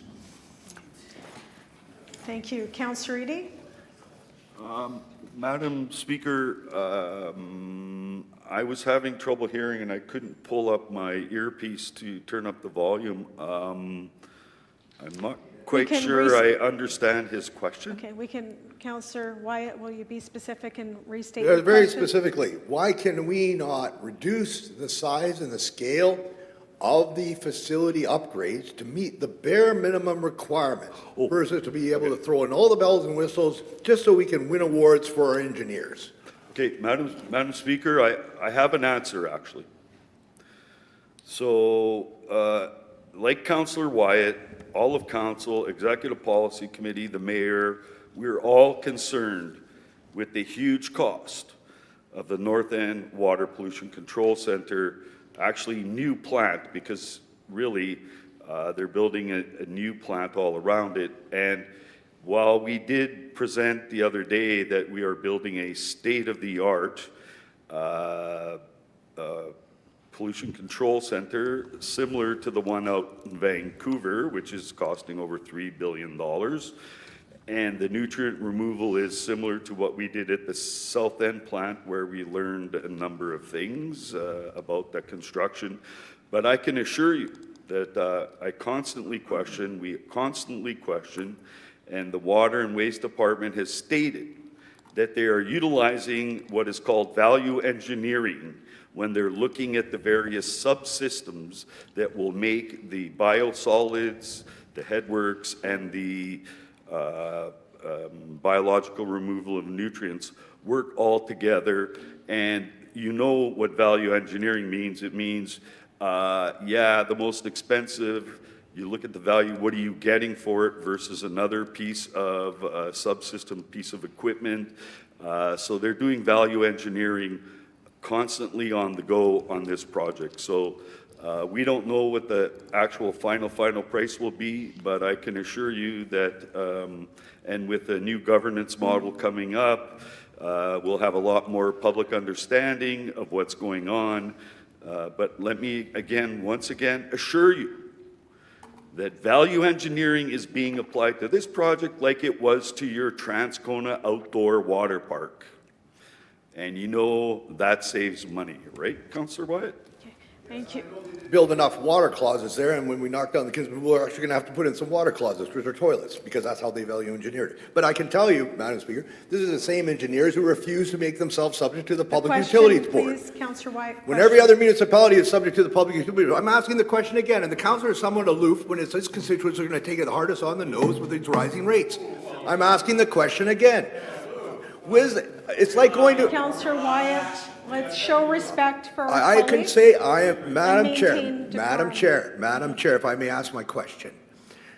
It's difficult, I understand, for anybody to try to say to an engineer, well, are you sure you're doing value engineering? In light of the fact, it's like taking your car and you're not a car mechanic, and they say you need a thingamajig. Well, I guess I got to get that thingamajig, whatever that may be. I'm not a car mechanic, and I got to put it in. Now, is the council prepared, through a third party, allow for an outside hiring of external engineers not from this province to review their work and to determine whether or not this is the type of project and give us a true cost-benefit analysis, a true assessment of what we minimally need to do from outside engineers, not from this province and jurisdiction, but to give us a free assessment, free of our engineers, and a free opinion based on what is minimally needed. Got the question. Thank Madam you. Speaker, I have an answer.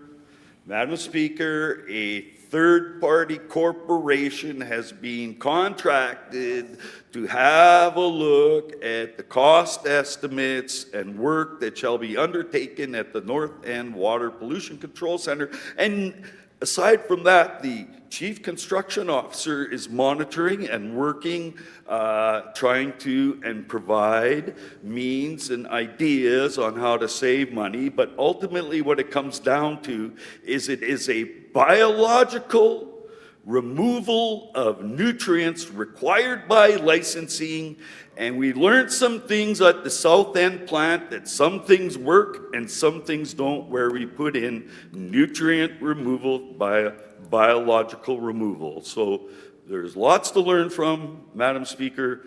Those things are being undertaken. Okay, thank you. Final question? Building a Lamborghini when we could be building a Ford. So, Madam Speaker, my question is this.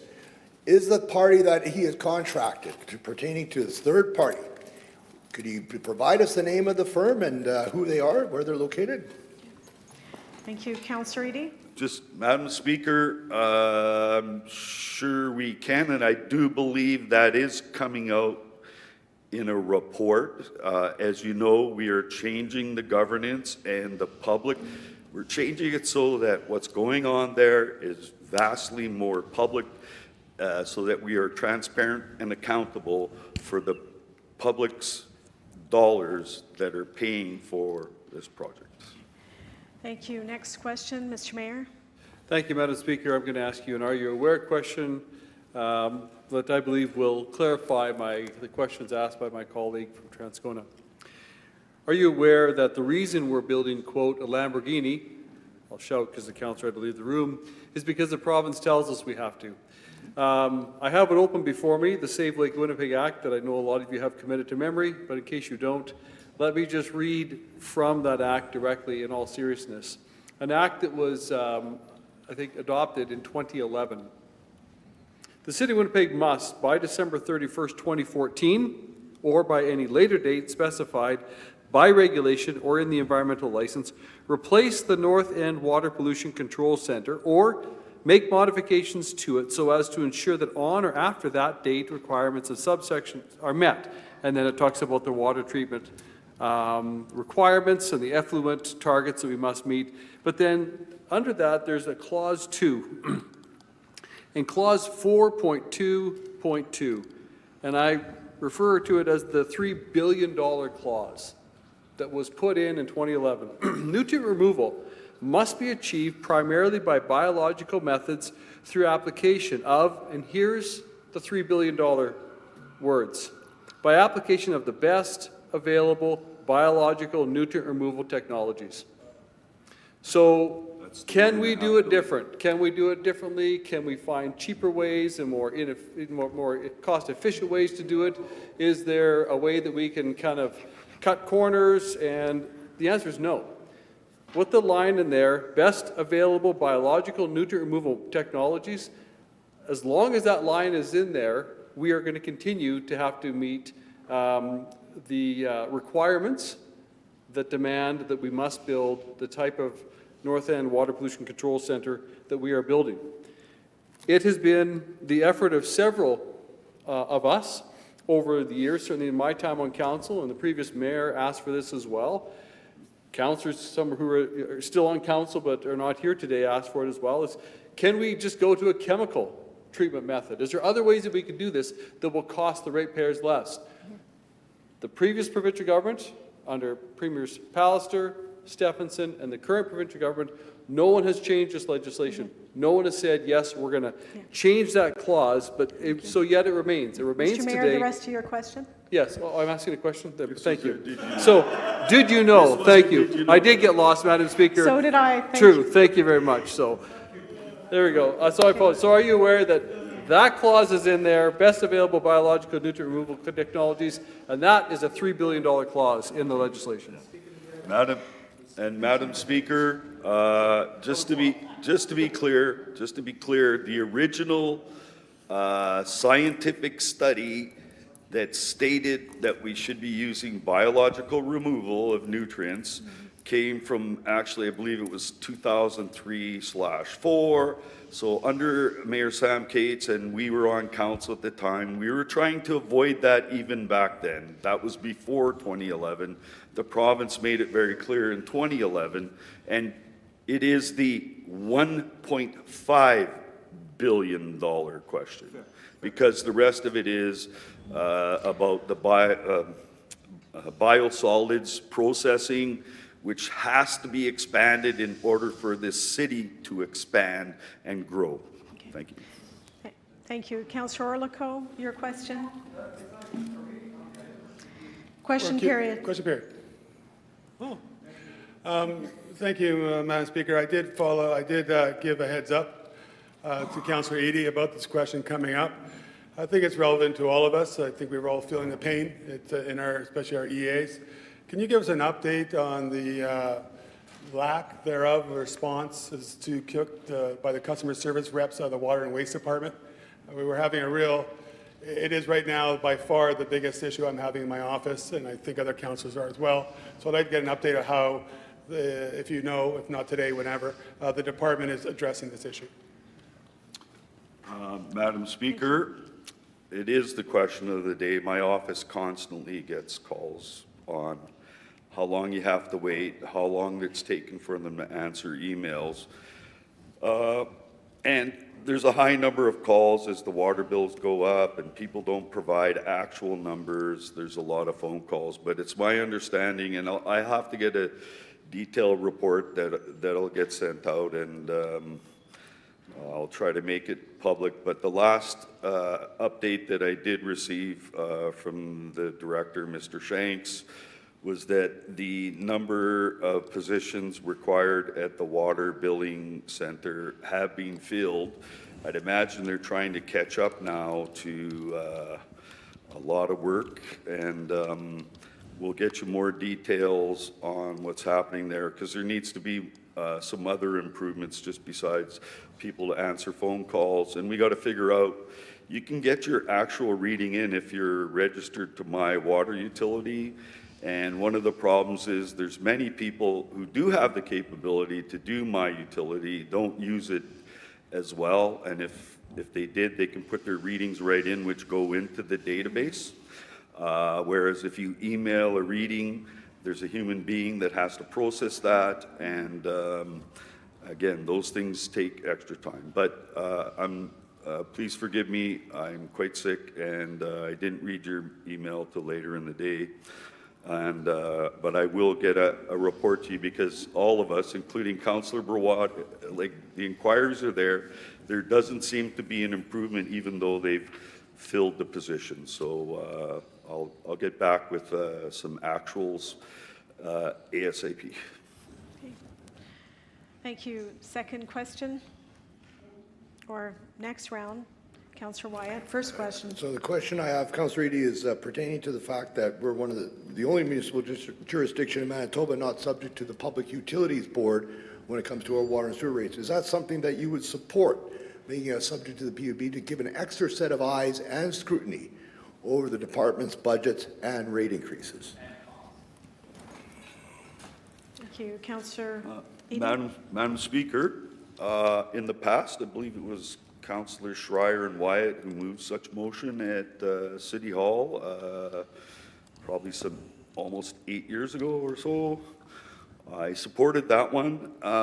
Today, looking at that, we're changing the structure of overseeing these huge construction projects, which are driving our current utility rates. And there will be some changes we'll be looking at in the future. So would I support it today? I think you'd be causing a lot more work at this point at the time that we're trying to assure the general financial markets and everybody else that we are being prudent and dealing with it in the best way to ensure that we lower the risks related to these huge projects, which also includes CSO and other major projects. Thank you. That concludes question period under this committee.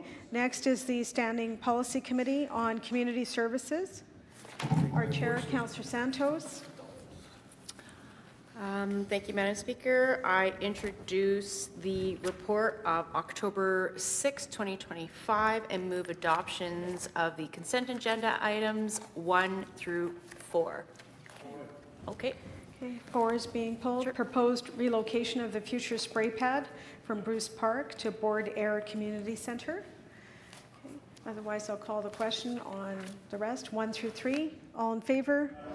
Contrary? Carried. Mr. Clerk, item 4.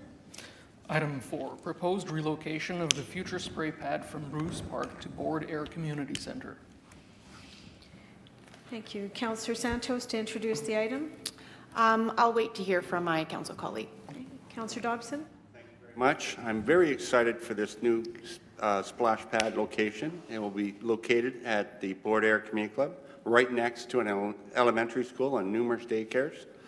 There is a large number of children within walking distance of this location, and I anticipate this to be one of the most active splash pads in the city once it's completed. A very exciting addition, supporting children in St. James and a way for them to cool off in the heat of the summer. Thank you. Very good. Thank you. Any further speakers? Councillor Wyatt and Councillor Duncan. Yes, I can't help but raise, there's attached to the report from the Community Services General Capital Fund, an outline of the splash pads that are being cut in various parts of the city, wading pools that are being cut. And it's a real concern, Madam Speaker, that we shut down pools in this city and we don't replace them in terms of a splash pad 1-for-1. In one area, Turtle Island Neighborhood Center, the splash pad is being installed, but a total of 1, 2, 3, 4 wading pools are being eliminated to replace it with one splash pad. In another area, Valor Community Center, they're getting a splash pad, and a total of 3 wading pools are being shut down. Bronx Park, 2 wading pools shut down for 1 splash pad. Not as bad, I suppose. You have an area in Keenly Side, Elmwood East Kildonan, they get a splash pad, but they get a wading pool shut down at Keenly Side, Bray Side, and Tomlinson wading pool, all being eliminated for the replacement of only 1 splash pad. And keep in mind, Madam Speaker, a splash pad saves the city operating dollars compared to the wading pools where they have to have staff. So we're actually not only making it up in terms of the actual facilities, we're actually going cheap when it comes to the replacement of a splash pad that doesn't cost the city anything other than to blow the lines and reinitiate it in the springtime. Blow the lines in the fall and reinitiate in springtime. Again, Chalmers Community Center spray pad.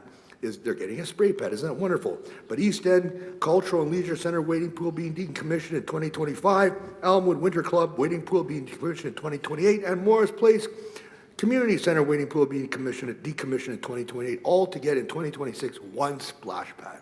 The new councillor for the area should be very interested in this report that's attached to this report in light of what's going on and the defunding that's taking place, including Tyndall Park Community Center splash pad. They are losing Tyndall Park Community Center wading pool, Wazell Park wading pool, and Northwood Community Center wading pool, Frank White Site wading pool, all in 2026, 2027, 2027, and getting a splash pad in advance, but 1 splash pad for 3 wading pools. Madam Speaker, I hear what the councillor is saying. I'm very happy for him. But, you know, I guess when it's not your ox getting gored, it's okay. But I've tried to practice politics by trying to look equally at all parts of the city. A child is a child is a child, no matter where they should live. Young people are young people. And the fact that we've decommissioned a pool, for example, with the demolition costing more than the actual operating cost that's going on now at Happy Land, right? They can't even demolish the thing because they're running into underground issues there, and that cost is going to escalate, I'm sure. And the residents of the area have nothing left for them to go to at the interim. So I raise this, Madam Speaker, with a real concern. I'm glad the councillor stepped down. I congratulate him on his new splash pad. However, I'm very concerned with what's happening elsewhere in the city. Thank you, sir. Thank you, Madam Speaker. Thank you. Next speaker. Any further speakers? Councillor Duncan, yes. Thank you. I recall this all coming through committee when I had my stint on community services there and chair. I do recall the community services department expressing some concern over the Bruce Park location at first and some resistance to putting it there due to the high cost of that location. this is more of a question, but just to put it on the record, that since there is no longer going to be potentially a spray pad at Bruce Park, should council approve this, then will those costs be saved and in turn be used at other locations? I know some councillors around the table would like to continue to invest into aging and derelict infrastructure when it comes to community services such as wading pools. I would rather see us continue on our strategy, and I'll fully support the chair on that, to move towards more usable, not only on a daily basis, but a longer season infrastructure in spray pads. And from just a green initiative, I'm absolutely appalled by the fact that we fill a wading pool for 4 hours with fresh water that we just had a lengthy discussion about, and then empty it right back into the drain for 2 hours that same day and rinse and repeat for months on end. This is a far better use of our water source, and I think that the numbers show the attendance at spray pads is far higher than any wading pool in the city of Winnipeg. So my major concern around the costs being recovered and put back into the program, because I was told Bruce Park is a very difficult site, and just to applaud the chair's work on this and the local area councillor on continuing to work towards that reinvestment strategy on spray pads rather than wading pools. Thank you. Mr. Mayor? Yeah, just briefly, Madam Speaker, through you, I want to thank Councillor Dobson, as the area councillor, the privilege of representing that area that he's talking about, the Border area, for 8 years. And he's right, a lot of children there and an older area. So this transformation and the establishment of a spray pad in that area will be really used, you know, in great ways by the community members. So I want to thank the councillor again. Thank you. Any further speakers? Councillor Santos to close. Yeah, so thanks to my councillor colleagues. Can totally understand some of the frustration from Councillor Wyatt from the Transcona area.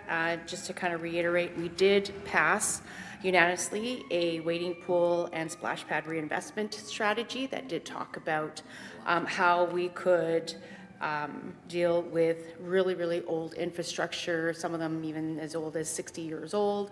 And so we had talked about how we could reimagine these spaces with something that could last longer throughout the season.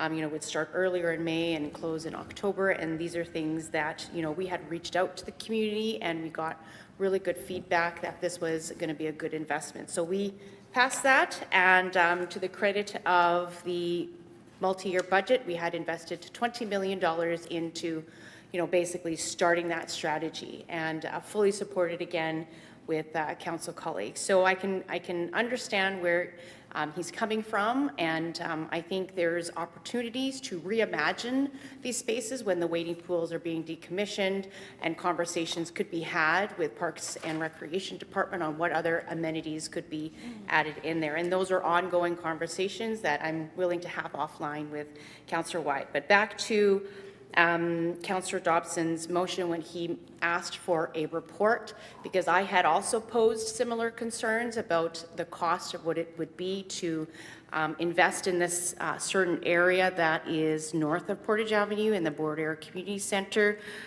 as opposed to Bruce Park. He said, you know, let's do a report, because he believes it is cost neutral, and I think that's very important to note. And of course, we had a report that came back and supported that, and I can appreciate that sometimes costs do go up, but the department had confirmed that it was cost neutral. So I support the motion. Hopefully my council colleagues support Councillor Dobson and his advocacy for his community and knowing exactly where the needs are for his families and residences. Thank you, Madam Speaker. All in favor? Contrary? That's carried. Councillor Wyatt noted in opposition. Okay, we have no bylaws under this committee. We'll now have question period for Councillor Santos. Any questions? Councillor Wyatt. I'd like to thank Councillor Santos for her recent remarks, and thank you for the citing the policy, which is noted under appendices 1 as tied to the last report, namely that the council adopted wading pool rationalization and spray pad and reinvestment strategy included in the Winnipeg Recreation Strategy. Could the councillor indicate to us when that was adopted by council? It's my recollection, I was not here, but I think it was in the last council term, if I'm not mistaken. Thank you. Councillor Santos? You're making me rack my brain, but if my memory serves correctly, I had actually moved that motion through my community committee in my first term in 2018, maybe 2019, and then it moved in through the strategy. So I would feel it was adopted in my second term, or the end of my first term, just before the end. Yeah.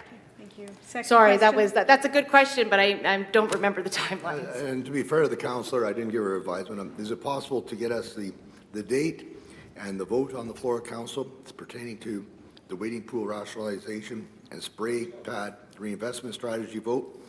And if there was a breakdown on that specific to the Winnipeg Recreation Strategy overall, and that can be supplied to members of council based on the last term, because I believe she is correct. Thank you. Thank you. The response? I will endeavor to get him that information. That concludes question period under this committee. Next is the report of the Governance Committee of Council. Councillor Lort or Councillor Orlico, you'll bring that forward? Yeah, just I'll move reports 1 and 2. Okay, all in favor?